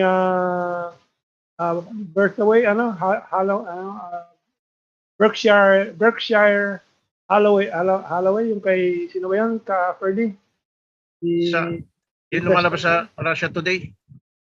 Anyway, at saka si Roger, Jim Roger, legendary investor sa China. Veteran yan. Sa China din nag-invest. Kasi hindi talaga may kakaila na biggest market na may pera na ang China. Biggest middle class, Sige. Ang official declaration ng China, meron siyang 7,000 tons of ginto. Pero ang totoo niyan, lagpas-lagpas yan. Easily, baka 14,000 tons yan. At saka yung kanyang middle class na dati 500 million, baka 800 million middle class na may perang panggastos. And kaya po tayo din, merkado po ng Pilipinas ang China. And nabuksan na nga yung si Warren Buffett, Anong kumpanya niya? Berkshire Hathaway. Hindi ko maalala. Berkshire Hathaway. Berkshire Hathaway. And siya ang 9th wealthiest person. I don't remember how many hundreds of billions ang kanyang portfolio for investing. Yan po ang... Ngayon, ang maganda po, ang China po, hindi tulad ng Estados Unidos, naghahanap ng giyera at lumilika ng giyera. Hindi. Talagang gusto niya negosyo. Ano? At yung mga bansa na kanyang kaugnay sa Belt and Road, tinutulungan niya na mag-produce para yun ay mabili din nila. At makapagbenta din sila pag yumayaman ng mga bansang kaugnay nila. I think that is the perfect ideal future for the world. Ano? Ang magandang nangyayari sa China ngayon, Mentong, binabawasan nila ang power ng mga so-called oligarchs, no? Pinapatawan nila ng more taxes, kinokontrol nila itong mga so-called trust para ma-redistribute yung kayamanan sa lahat ng mga Chino at hindi lamang sa mga iilan. So pinapatupad yung social justice sa China. Which is good po. Dudugtungan ko lang. Kasi binabasa ko ngayon yung sulat ni Mao about these things. No? Sinasabi nila si Deng Xiaoping daw at Mao ay nagkaiba. Kasi nga sinasabi nila si Deng Xiaoping daw is more on capitalist. No, it's not true. Kasi even before Mao was writing, sinasabi niya na pagdating ng time na magkakaroon ka ng New China, ibig sabihin may affluent ang society, but that doesn't mean that the capitalist or yung magiging katulad ng dito sa atin sa US na may mga oligarchs, they control the government, they control the people. In China, they don't want that. There are people who have money, they can spend, but still at the end of the day, walang nagko-control kundi ang state. Yun yung kanilang idea. So, ibig sabihin, may social justice ka, to certain extent, pantay-pantay, medyo mas may makakaangat ng konti, pero hindi yung to the point na tulad ng Pilipinas na the oligarch controls almost all in this country. Water, electricity, and all. It's the same in the US. So, yun yung pagkakaiba po. At yun yung binabasa ko ngayon. Actually, binasa ko na yun before, pero ngayon binabasa ko ulit para lang ma-refresh ako. So, yun yung ginagawa ni President Xi Jinping ngayon. Binabalansi niya yung mga bagay. Itong ating discussion ngayon na nababalik sa aking alaala yung ginagawa itong nakaraang buwan, mga nakaraang 6 na buwan, na yung gobyerno ng China ay tinutuligsa yung mga sobrang malaki tulad ng Alibaba, Jack Ma, At ngayon nagpapaliwanag si President Xi Jinping na ang kanilang tinatahak na direksyon ngayon ay yung common prosperity. Yes. Sobrang mayaman yung iba naman sobrang mahirap. Ay natapos na po nila yung issue ng kahirapan, yung poverty, wala na pong sobrang mahirap sa China. Pero ngayon gusto naman nila ng kaunting distribution ng yaman naman ng mga sobrang yumaman, yung common prosperity. So meron silang ginagawa para balansahin nga, sabi ni Maestra Ana. Dito, wala. Talagang napapagsamantalahan pa rin tayo nila Manny Pangilinan, mga appointees, and so on. Dito po sa Pilipinas, pag mahirap ka pa sa taga. Kasi hawak nila yung ating lawmaking bodies. That's right. Mga batas na ginagawa, imbis na makaahon sa kahirapan sa mga mahihirap, ay lalo pang nagdulubog sa kahirapan sa mga mahihirap, katulad ng privatization, deregulation, import liberalization, at consumer taxation. Saan ka nakakita ng bansa na yung bumibili ang pinapatawan ng tax, imbis na yung nagbebenta? Yung value-added tax, yung train law, ay lahat yan imposition ng IMF World Bank. Ay dapat pag ikay bumibili, consumer ka, hindi ka dapat pinapatawan ng tax because every time you buy, you incur expense instead of income. So why tax expense? You must tax income, not expense. Yes, that's right.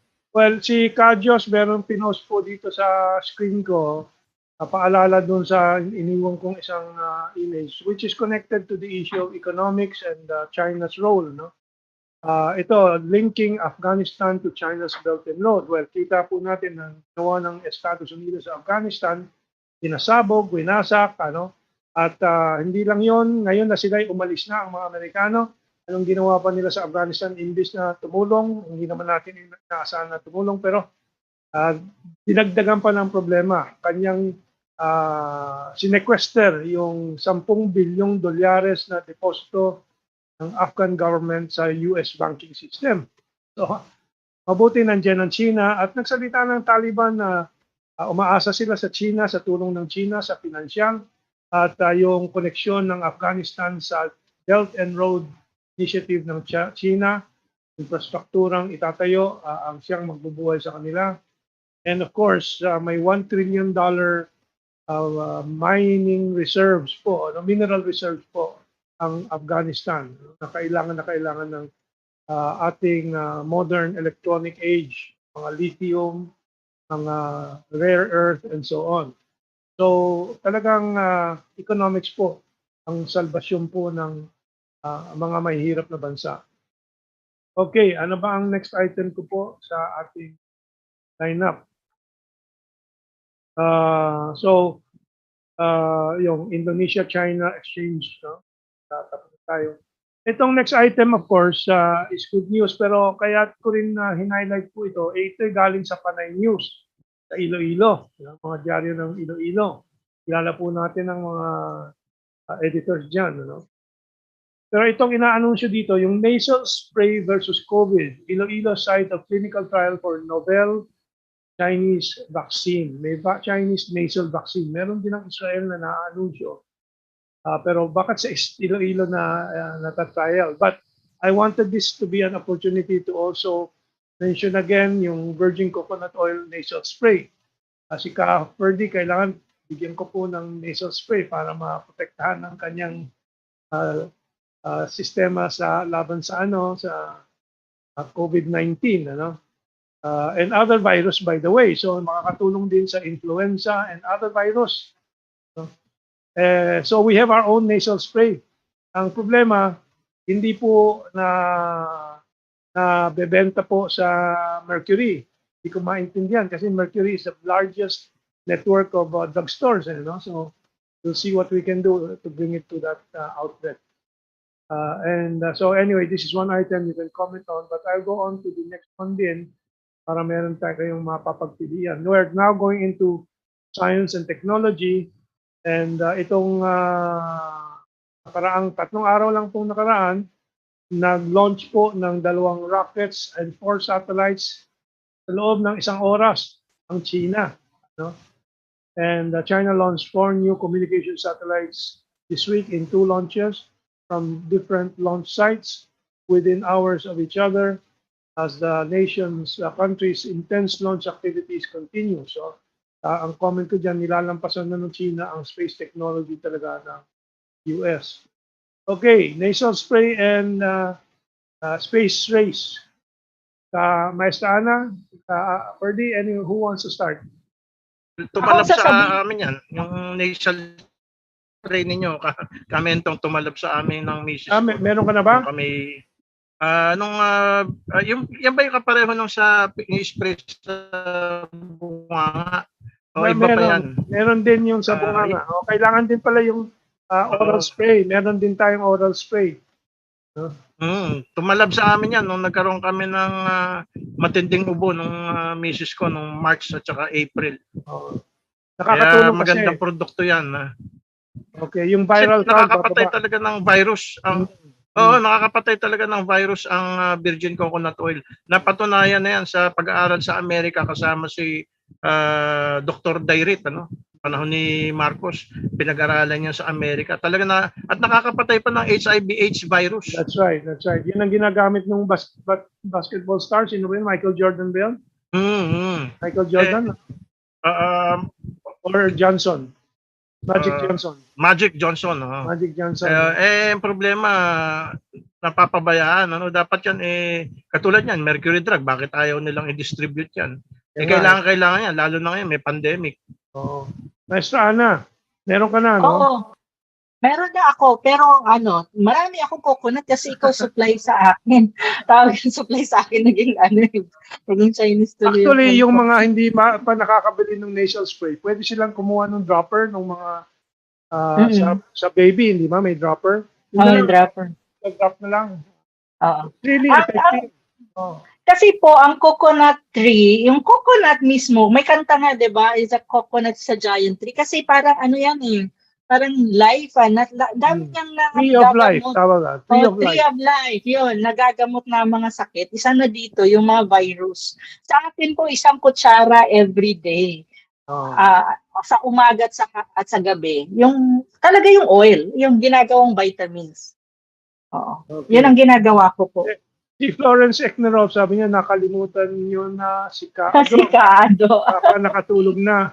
Hindi po, may meeting po na importante si Kado, kaya nagpaalam po for the second hour. Nag-meeting na siya ngayon, kaya hindi natin kasama for this second hour. Okay. Doon naman po sa space between in China. Ngayon na po, parang ngayon umaarangkada talaga ang space nila, no? Space project ng China. Ngayong mga panahon na to, kasi before parang hindi masyadong naririnig. Pero ngayon talagang they're exploring, financing more and exploring the beyond the earth. Yeah. Before yeah. hindi eh. In fact, talagang lumalayo na ang China sa kanyang space technology kasi may vision pa, may pangarap sila sa space. Ang Amerika po na wala na, dahan-dahang nawala na po yung kanilang space vision nung namatay si Kennedy. Si John Kennedy talaga ang naglunsad ng kanilang space program. Wala nang vision kasi puro pera-pera na lang pinatay nila si Kennedy. Mismo sila ang pumatay kay Kennedy. Tsaka Mentong, sana ma-research din itong electromagnetic waves, no, na pinuporso noon ni Tesla, no, bago siya pinatay din ng mga Amerikano at ninakaw yung kanyang mga papeles, no. Sa theory ni Tesla ay pwede kang pumatay ng hindi lang mga tao sa gera, no, gamit ang electromagnetic waves, kundi pwede ka ring pumatay ng bacteria and viruses. So this can be the solution for the pandemic. Pagka madiskubre, halimbawa ng China, yung correct frequency o electromagnetic wave so-called dosage, pag pinakawalan mo yan, mamamatay lahat ng COVID-19 virus. So sana mabigyan ng pansin itong electromagnetic solution to the pandemic. Actually, meron akong ginagamit na kuryente rin for antibacterial, no? Although matagal ko nang hindi nagagamit. One day we will discuss it and talk about how effective it is. Okay, and so let's move on. Well, before I move on about the space technology ng China, meron silang ginagawa na po ngayon sa, I think, 14th program po nila sa, tawag na, 5-year program. May 5-year program sila every 5 years. So this is the first 14th 5-year program. Meron silang pinaplanong i-construct na isang kilometrong haba at lapad ng space station. Parang maliit na syudad. Ano? So yan ang vision ng China. Talagang yung nakikita natin sa Star Wars na mga malalaking mga space station, yun ay kanilang ginagawa na po, pinaplano at yan po, may vision po sila kasi may nakikita silang economic opportunity. Ano yun? Mining sa moon. No? Imbes na ubusin natin dito sa Earth, puro butas-butas na sa mga kabundukan natin, doon ang bimina at ibabalik sa Earth. Because ano naman sa Amerikang ginagawa niya sa space technology nila? Space tourism. Di ba? Lately, para sa mga oligarchs. Sa mga oligarchs, nagko-kompetensya kung sino mauna makaturismo sa outer space. Talagang frivolity, yung hindi mga basic ang kanilang inaatupak. No?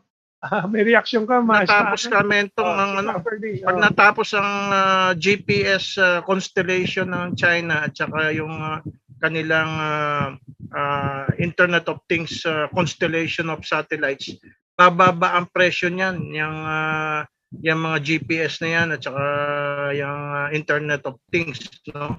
At mako-corner na naman ng China ang market. Siyempre kasi kung sino yung mas mura, doon ang mga tao magsasubscribe. So malapit na matapos ng China yung kanilang constellation of satellites for GPS and for Internet of Things. Oh. Meron ditong si Flor, gusto mag-order ng VCO. Ayusin ko pa nga itong pangalawang request na po sa atin yan. Yung isa, 5 gustong i-order niya. We still have to fix up things, no? So, po kayong mag-alala, inaayos po natin yan. One by one, sa dami ng sabay-sabay na kailangan natin gawin. Okay, it's 7:39. Now we can move on. No? So, maganda rin po, we talk about space vision kasi dito sa Pilipinas, we really have to move away from yung mga sobrang aksaya ng oras sa entertainment, vice ganda, yung mga ganyan. Wala. Nahihinayang ako sa talento na pwedeng lumabas mula sa ating populasyon, di ba? Pero yan ang gusto ng mga ABS-CBN, GMA7, and so on. Maraming mga ganyan, purong entertainment na. Hindi lang entertainment na sana mataas naman ang antas, kundi entertainment talagang sobrang mababaw at nakakabigat lang sa... Sige, maestra. Yung entertainment, okay lang naman po kung halimbawa ang mga pinapalabas is kung paano pagyayamanin ang ating kultura, ang ating tradisyon. Pero my God, yung mga nasa mga prime time to yung mga soap opera tipong may kabit ito, may kanito ito, about kung ano-ano na, nag-away-away na parang, Diyos ko Lord, walang natututunan ang kabataan dyan, pero take note, ang mga kabataan ang nanunood kasi prime time. Marami akong mga pamangkin na kapag kinakausap ko, kung sa ano-anong alam na hindi ko maintindihan, saan mo nakuha yan? Yung mga pagsasalita na alam mo yon, yung tapos mga about love story na hindi mo maintindihan na bakit alam na nila ito pang mature. Sabi nila napapanood sa TV. So sayang yung opportunity. Si Ferdie, magaling po mag-bring up ng mga bata yan, very talented yung mga children. Ako naman, sasalaysay ko lang yung aking isang apo. Gustong bumili ng games na nahihilig sa games, no? So, naubos na niya yung birthday angpaw niya sa akin. Kakabili ng games. Ngayon, sabi ko, okay, hindi ka pwedeng basta puro angpaw lang, no? Kumita ka. Okay, sabi ko, bibigyan kitang 100 pesos. The first 10, counting to 10 in Mandarin Chinese. So, yun, pinag-aaralan na niya ngayon. Iipit siya ng dalawang 100 sa akin, makakabili siya ng bagong game.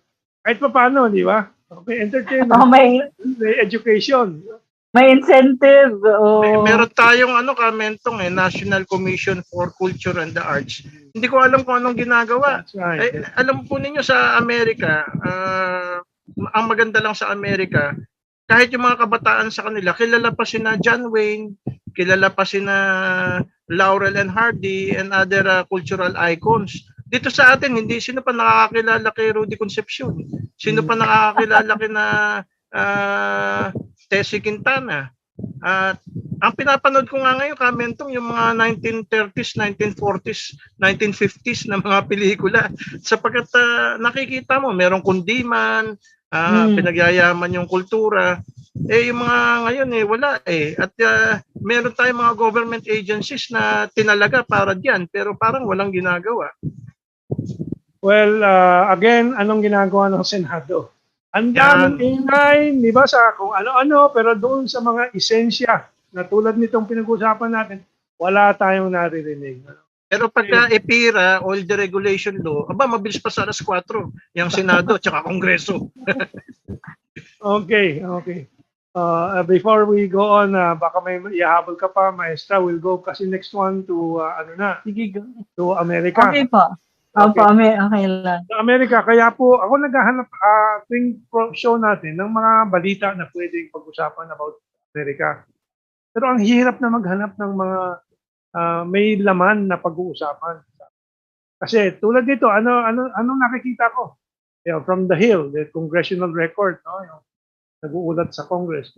Impeaching Biden is only one battlefield in Republicans' total electoral war. Puro yan ng mga balita. Panatan ng Republican at Democrats. Yung tumataas na COVID-19, Delta variant, yung maraming namamatay na mga anti-vaxxers, yung anti-vaccines na sa Florida and so on. Ano bang iuulat ko doon, di ba? Wala namang positibo. Nakakatawa yung Pfizer na yan eh. Halos lahat ng tao sa Israel ay hindi lamang fully vaccinated, kundi may mga booster shots pa. Abay, imbis na bumaba ang cases, lalong dumami. Imbis na kumonti ang namamatay, ay lalong dumaming namamatay. So hindi tumatalab ang Pfizer. At isa pa dito sa latest report ng Public Health England, no? Sa England, yung pinaka-latest statistics, more than 1,000 na ang namamatay sa COVID-19 na mga bakunado ng Pfizer and other Western vaccines. At yung mga unvaccinated ay 500 lamang ang namamatay. So, ibig sabihin, mas delikado pa yung bakunado kaysa doon sa hindi bakunado. Kaya itong mga Western vaccines nito, tila negosyo lamang at hindi talaga tumatalab. Well, from the very start, umiiwas kasi kami na pag-usapan yung mga negative vaccines kasi sasabihin na we're siding on one against the other, no? Pero the truth is, kailangan pag-aralan yung mRNA versus the more natural inactivated virus vaccines. Kasi doon sa aming Bible dito sa Capitolio Residence, no, merong talagang mahilig umanat sa Sinovac. Tinatapatan ko ng mga ulat tungkol sa Pfizer, tulad ng ulat mo ngayon, Ferdie. Pinag-referee na kami para wala na mag-post na walang away. so, sabi ko, kaya lang naman ako nagpo-post kasi yung isa, talagang pati fake news, anti-Chinese lang talaga eh. Ano? But anyway, tumigil na kami. So, tumigil na rin ako na mag-ulat tungkol sa Pfizer. Mabuti nandiyan si Ferdie, baguhan sa ating diskusyon.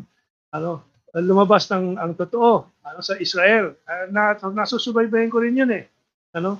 Pero of course, ang logic nila is mas mabuti pa mabakuna yung milyon-milyon na may namamatay ng mga ilan kaysa hindi mabakuna. Well, sabi ko nga kay Ferdie, statistical battle po yan. Although Ferdie mentioned some statistics there. Anyway, anyway, yun yung aspeto na nakita ni Ferdie, Ana. Oo, pero may isa pang issue dyan tungkol sa mga vaccines na Western vaccine, mRNA, no? Is yung is yung duration. Actually, na ma-stock mo, no, for a long time. Kahit nga sa mga countries like US na malamig na, ang duration nila maiksi. Kasi mRNA, unlike yung halimbawa ng mga Sinovac, Sinopharm, medyo matagal at madaling ma-store kasi yung temperature nga mas mababa. At mas mas akma siya sa klima ng mga tulad ng Philippines sa tropical. Wala tayong malalaki at hindi tayo nag-snow and all that.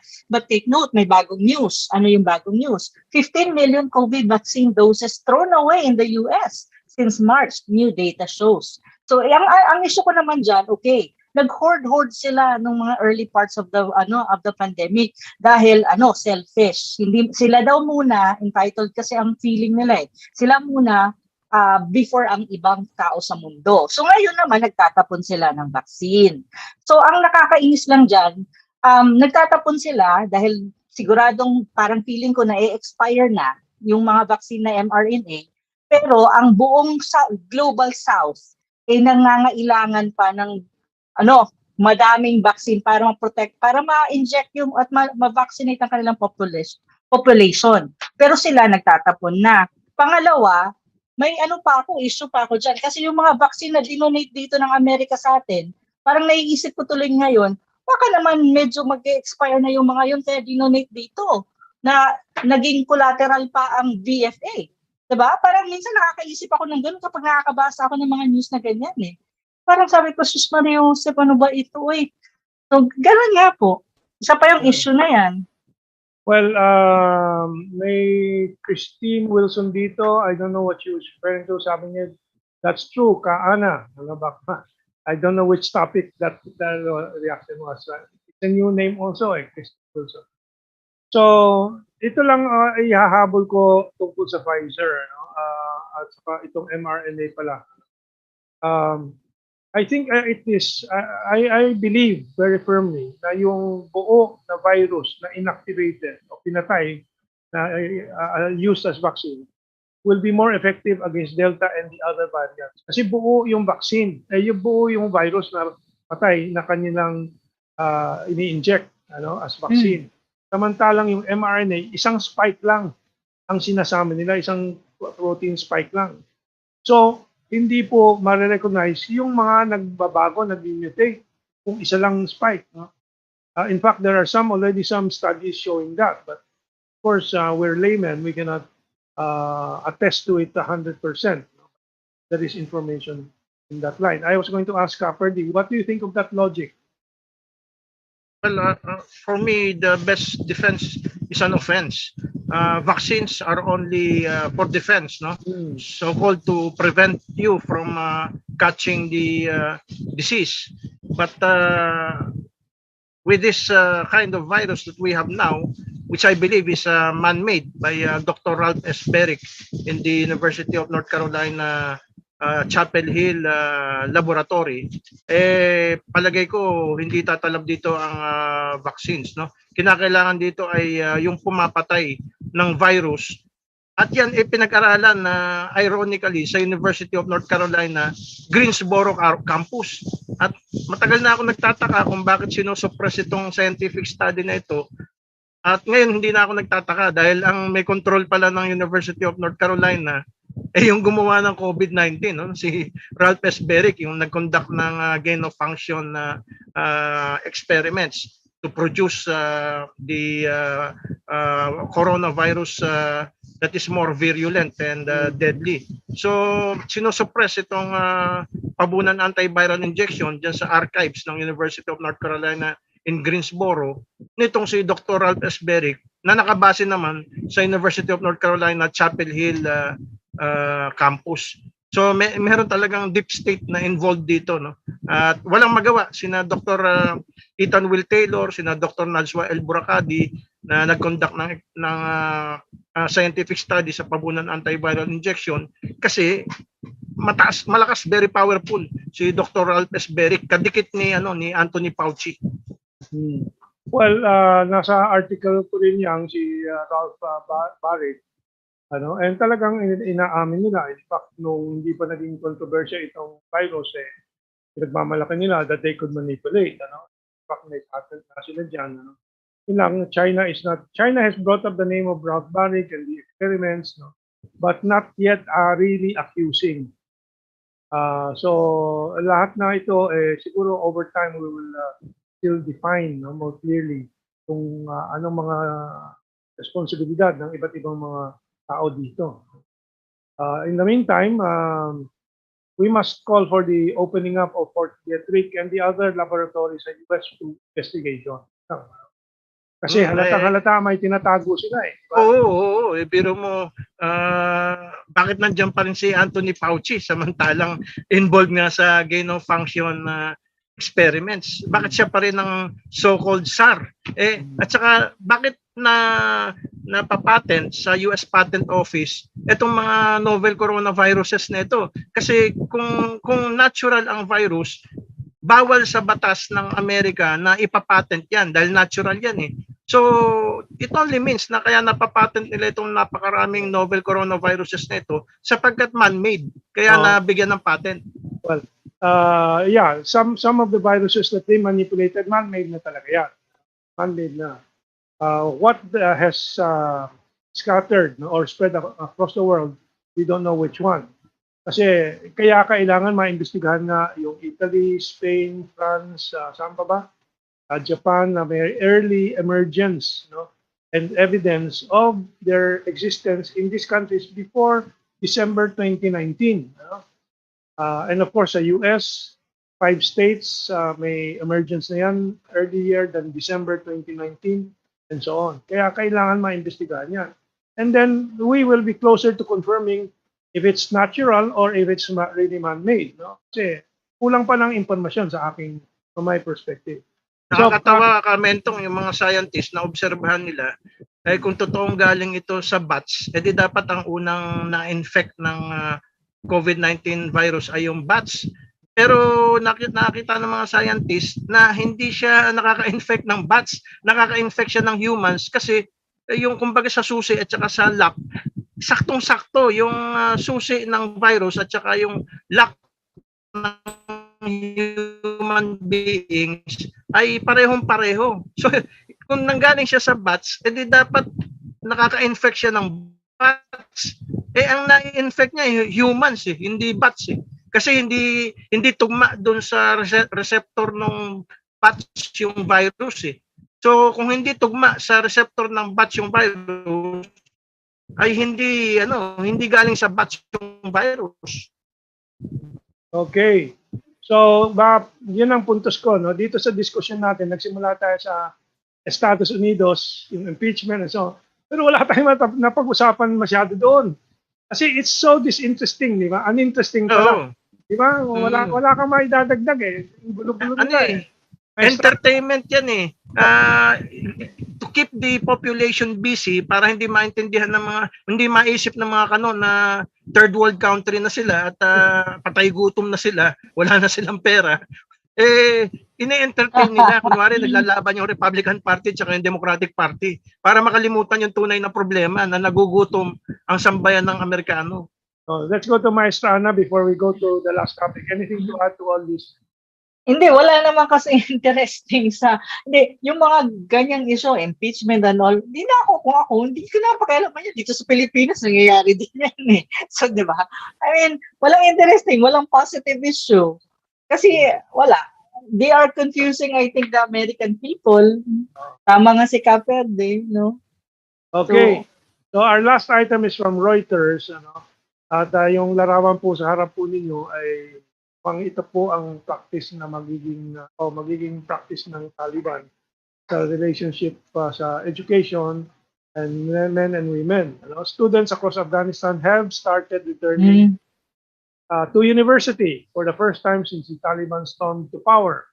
And in some cases, females have been separated from their male peers by curtains or boards down the middle of the classroom. Pero at least, nasa classroom na. The same classroom. At the same classroom.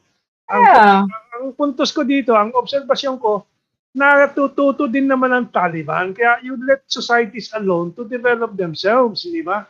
Hindi yung pipili. Sino bang lumikha ng Taliban kundi ang mga Amerikano rin? Silang nagpalakas. Sinong presidente ng Amerika nung bumisita doon yung nawala ang ayun. Presidente ng Taliban. Bumagal lang iyong signal. Hindi ba si George Bush Jr.? Yes, that's right. Si George Bush Jr. ang presidente ng nawawala. Masama ang connection na. Nawala. Nag-freeze na. Let's go to Ana while we're waiting for Ferdie to come back. Tama si Ferdie, no? Si George Bush Jr. yung time na yon. Saka hindi lang yon. Kaya nagkaroon ka rin ng mga Osama bin Laden and all these terrorist personalities and groups precisely because of America. During yung invasion ng Russia sa Afghanistan, dahil nga natakot itong US dahil nga communist nga yung Russia ay may ganong klaseng political ideology. Anong ginawa nila? They financed and supplied arms, no? To the likes of Osama bin Laden. Pagkatapos ng war sa Afghanistan, ang nangyari? Of course, Osama bin Laden is still at the end of the day a Muslim and it will adhere to the Muslim way of life and way of practice. Kaso gusto nilang kontrolin. Gusto nilang ito dapat. Siyempre mag-aalma yung tao. Normal yun Kaya ngayon, kung titignan mo yung Taliban, yung cultural practices na religious, at least na ngayon, malaking improvement yan, na sa isang room, yung mga estudyante nandun, mayroon lang parang curtain. Kasi before hindi, even in Mindanao, there are mga schools na mga lalaki lang nasa loob ng school at sa mga madras, hindi sila nagpapapasok ng babae.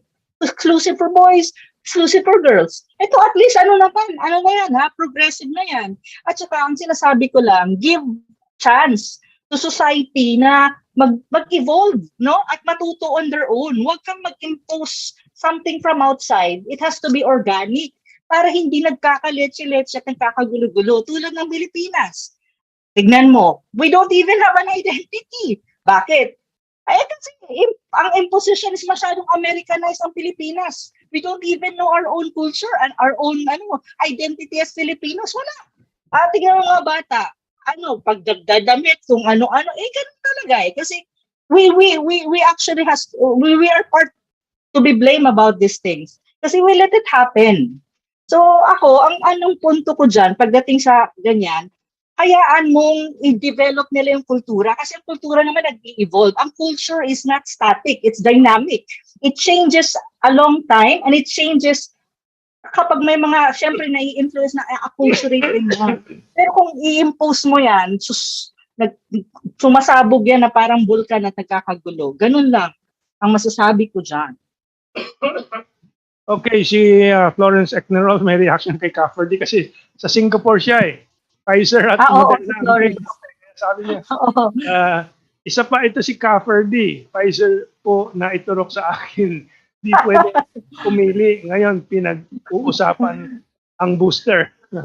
So, kaya nga po, we will balance po our discussion on this. Hindi naman na... let's stick to facts, no? Hindi pwedeng sabi-sabi. Kaya nga nagsasite ako ng mga statistics dito. I-check ninyo yung Israel. Yung Israel, i-check ninyo yung Israel. Talagang kumakalat ang COVID-19 dyan. Halos lahat ng tao sa Israel, vaccinated na ng Pfizer.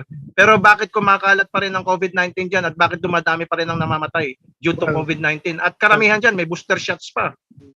Well, kaya nga ang sinasabi ko is this is a continuing learning process. Ay naamin naman ng vaccine producers na this is still technically it's said to be experimental kasi hindi pa tapos yung mga phase 3 trials. So, kasi nga Mentong, napakabilis mag-mutate ng coronaviruses. Everybody knows about this, especially the doctors, no? Coronaviruses, napakabilis mag-mutate niyan. Kaya nga hanggang ngayon wala pang vaccine against the common cold which is caused by coronaviruses also. Kasi nga napakabilis mag-mutate. So pag ikay naka-imbento ng bakuna ngayon for a certain variant, in a few months, hindi natatalab yan sapagkat nakapag-mutate na yung virus. Ang alam lang nating variants, yung may Greek letters, pero actually, thousands of variants na ngayon ng COVID-19. Ang binibigyan lang nila ng pangalan, yung mga so-called significant variants. Pero actually, libo-libo na ang variants ng COVID-19. At the same time, the vaccines have been useful because doon sa umpisa nitong pandemic, talagang napakaraming namamatay. So the vaccines also help reduce the severity. That is an established fact also, and so it has bought us time as we develop cures or other means to increase resistance to it, or eventually to some degree what I call herd resistance, if not herd anong tawag nila? Herd immunity. Herd resistance ang term na ginagamit ko. But by this time, Mentong, obsolete na yung existing vaccines ngayon because of the Delta variant and the coming variants, no? So dapat mag-produce ng mga bagong vaccines every time there are new variants. Yeah, but there is data also from China that the inactivated virus has been more effective against Delta. But continuing discussion ito.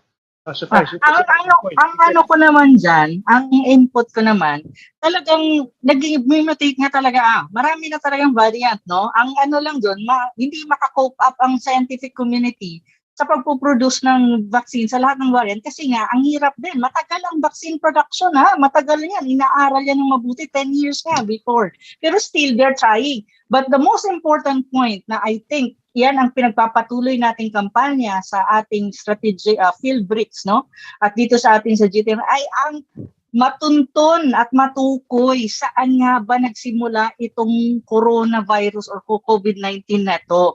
Na kung saan hindi pa rin po binubuksan ang mga laboratory tulad ng Fort Detrick kasi kung matutukoy natin ang pinagmulan niya, definitely matutukoy din natin yung sinasabi ni Ferdie kanina na the best defense is offense. So paano yung offense? That's cure or antidote. Yun eh. Pero paano natin malaman? Hindi pa rin naman nabubuksan. Ang HIV ba may cure na? Wala ka, Mentong, doon sa scientific study ng University of North Carolina in Greensboro, kung saan nandun si Ralph Beric, napatunayan na yung pabunan antiviral injection ay nakakapatay ng HIV/AIDS virus through apoptosis. Actually, the scientific paper is about the effect of pabunan antiviral injection ng HIV/AIDS virus kasi wala pa yung COVID-19 at that time, no? It's the only, sabi ni Dr. Ethan Will Taylor, it's the only drug combination in the entire universe that has this pharmacologic activity na nakakapatay ng virus through apoptosis. Well, that's of course one doctor among hundreds of thousands of doctors. Nagdidebate sila. And then we individuals, tulad sa ivermectin, I have used ivermectin and I will use it if necessary. But it boils down to individual judgment na when there is a debate in the community, medical community itself. No? So, yun ang reality. Mentong, I still believe in scientific evidence, yung mga clinical trials. Yeah, but all sides claim scientific evidence. Use on humans. All sides claim scientific evidence. Hindi kasi sa University of North Carolina in Greensboro, sinusuppress ni Ralph S. Beric, scientific paper ito na talagang ginamit nila doon sa actual virus, yung pabunan antiviral injection. At kitang-kita patay yung virus. Nakikita talaga doon sa electron microscope. Yeah. And this is being suppressed by Ralph S. Beric. Bakit? Ano ang motive niya? Bakit niya sinusuppress? Okay. So that do they want the pandemic to go on so that Pfizer will earn more money? Is Pfizer the boss of Ralph S. Beric? It's not only Pfizer. It's of course you have Russian vaccine producers, Chinese, Cuban, and so on. So may views din sila, di ba? Okay. Pero anyway, palagay ko hindi connected dito si Ralph Beric sa ibang bansa. Palagay ko connected siya sa US lang. Ralph Beric is a question that must be tackled by investigation too. So far, wala pa tayong wala pa. Okay, we have to move on. And last item na pala yung tungkol sa Taliban and sa Afghanistan, no? But we can wrap up. Final, baka you still want to push your point about kay Kaado, then I'll go to Maestra. I agree, pabunan has potentials. No? As we have seen, nandyan yung dexamethasone, ginagamit ng dexamethasone separately. No? The other part of pabunan is procaine. Procaine is, ano bang ulit ang function ng procaine? Ordinarily, it is thought of as an anesthetic only. Anesthetic, but it's not. It's more than an anesthetic because once injected into the human body, it is biotransformed into DEAE alcohol, which when combined with dexamethasone, produces a killing effect on viruses through apoptosis. Well, if talking about apoptosis, before I go to Maestra Ana, intermittent fasting can also create apoptosis. No? But there are so many approaches to one, as they say, to one end. No? Anyway, let's go to Maestra Ana, and then we'll end. It's already 8:07. Okay po. Babalikan ko lang yung issue ulit nung construction na tinutukoy ni Drilon kasi importante ma-address ko dahil kasama ako dun sa media forum eh. Ako yung host. Saka gusto kong anuhin yung Philstar na mali-mali naman, hindi naman magandang pagkaka-report. Unang-una, again, yung construction company na tinutukoy ni Drilon, just to straighten the facts, is a world-leading engineering machinery producer turned some of its production lines into one that produce PPE gear such as face masks. No, that construction company export quite a lot of N95 masks to other countries, not only in the Philippines but to the US and Japan. This is well reported in many newspapers or international, of course, but little known here in the Philippines kasi nga wala po tayong correspondent sa China. Kaya hindi rin natin naiintindihan kung ano nangyari doon, mga secondary information lang alam natin. Similar cases including BYD Group, an electrical car maker that you can actually check, ay na ganyan din nangyari, na-convert ang ilang production lines nila into, into a production line ng mga ito during the early days of the pandemic, which the same na nangyari. Again, itong construction company na tinutukoy ni Senator Drilon has a subsidiary company which holds a license to import and export medical products. It's a company that exported big sum of PPEs to Japan, US, Australia, and Philippines during the early days of pandemic. Sa para lang ma-clarify, kasi ang ginagawa po, ginagamit po ito again in the making as an anti-China sentiment and then ibabato yan sa presidente para mag-create ng issue at gagawa na naman ng kung ano-anong kahibangan para masira ang pagkakaroon ng mutual understanding ng dalawang bansa. Para lang ma-prevent ang misconception at misinformation. I'll end with two messages from our viewers. Number one, from Alejandro Teves, sabi niya, maraming nagagamot ng pabunan antiviral injection. Even yung kagat ng ahas, kayang gamitin pati yun sa HIV. From Florence Eknarol, sabi naman niya, totoo po, since last month po, nagsa-surge na rin po dito sa Singapore. Hanggang ngayon, never po naabot ng Singapore ang 3 digits. Akala ko nga, magiging free COVID na kami kasi dati 2 digits na. Ngayon, umabot sa 300. Dumarami na ang clusters. So, yes, this is a continuing learning process. That's in Singapore na po. Singapore? No, Singapore. That's Singapore. Okay. As long as the approach is vaccines, lagi maghahabol yan. Lagi maghahabol ang vaccines doon sa napakabilis na mutation ng virus. That's why China is now investing a lot of money to produce new vaccines for COVID-19 for the emerging variants. And that is why I will also work harder to bring to the market in the Philippines itong ating virgin coconut oil products, no?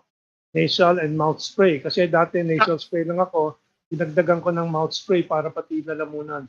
Yes, final Sana word. tulungan ng gobyerno, Mentong, yung ating sariling coconut oil, pabunan injection. Nung panahon ni Marcos, tayo ay nakapag-produce ng rabies vaccine na ginamit sa buong mundo at praised by the United Nations no less. Bakit hindi natin magawa ngayon yan? Yes, dapat nga. So, Maestra Ana, paalam na tayo. We have 2 more times. Opo, it's already 8:10. Opo, before po ako magpaalam, again, inaanyayahan ko po kayo sa September 10, Friday, 3 to 4:30 p.m. ang atin pong award ceremony ng Awards for Promoting Philippine-China Understanding. Nandun po ang ating dalawang maestro. Ito po ay live stream sa iba't ibang Facebook pages. Unang makikita niyo po ito na ceremony sa Embassy of the Philippines Republic of China na FB page, FPTV for FB page, APCO FB page, YouTube channel of Chinatown TV. I-share ko din po sa wall ko sa ating mga taga-subaybay para po mapanood po natin. Congratulations to Mentong, and Ado. Yes, congratulations po sa inyo at sana po ay maging momentous po itong Friday afternoon po. Manonood po ako. Hindi na po ako kasama. Ito naman, maraming salamat po. Ito naman galing kay Ako'y Pinoy 2012. Good evening po. Dito sa China, COVID-free na po kami. Pag nagkaroon po sakali ng local transmission at sandali lang nila na sosolusyonan. Ingat po kayong lahat dyan. So China is not only producing vaccines, but it has a fantastic system. Yes. Isang case lang sa China, nagla-lockdown na kaagad buong city. At saka kaya nilang mag-trace ng milyon. Test at mag-trace ng milyon. Because they can produce all that they need. Yun ang point. Yes. Yes, yun. Tama. Kailangan ka mag-produce para ka makagawa kaagad. Kasi kung maghihintay ka ng supply from outside, ang hirap. Industrialization pa rin talaga. Industrialization. Anyway, may project ang China at Philippines to produce vaccines here. At least that's one step forward. Well, we have run out of time talaga. It's 8:15 na po. So we'll see you again next Wednesday dito sa ating diskusyon. And of course, our other shows, Golden Nation Network, and sa RP1 sa linggo, alas 8 hanggang alas 10. And of course, here on Facebook and YouTube too. Maraming salamat. And salamat ka, Ferdie, Maestra Ana, good night, and pahinga po until tomorrow. We have work to do again. Mabuhay. Keep safe. Keep safe. Keep safe. Good night po. Thank you.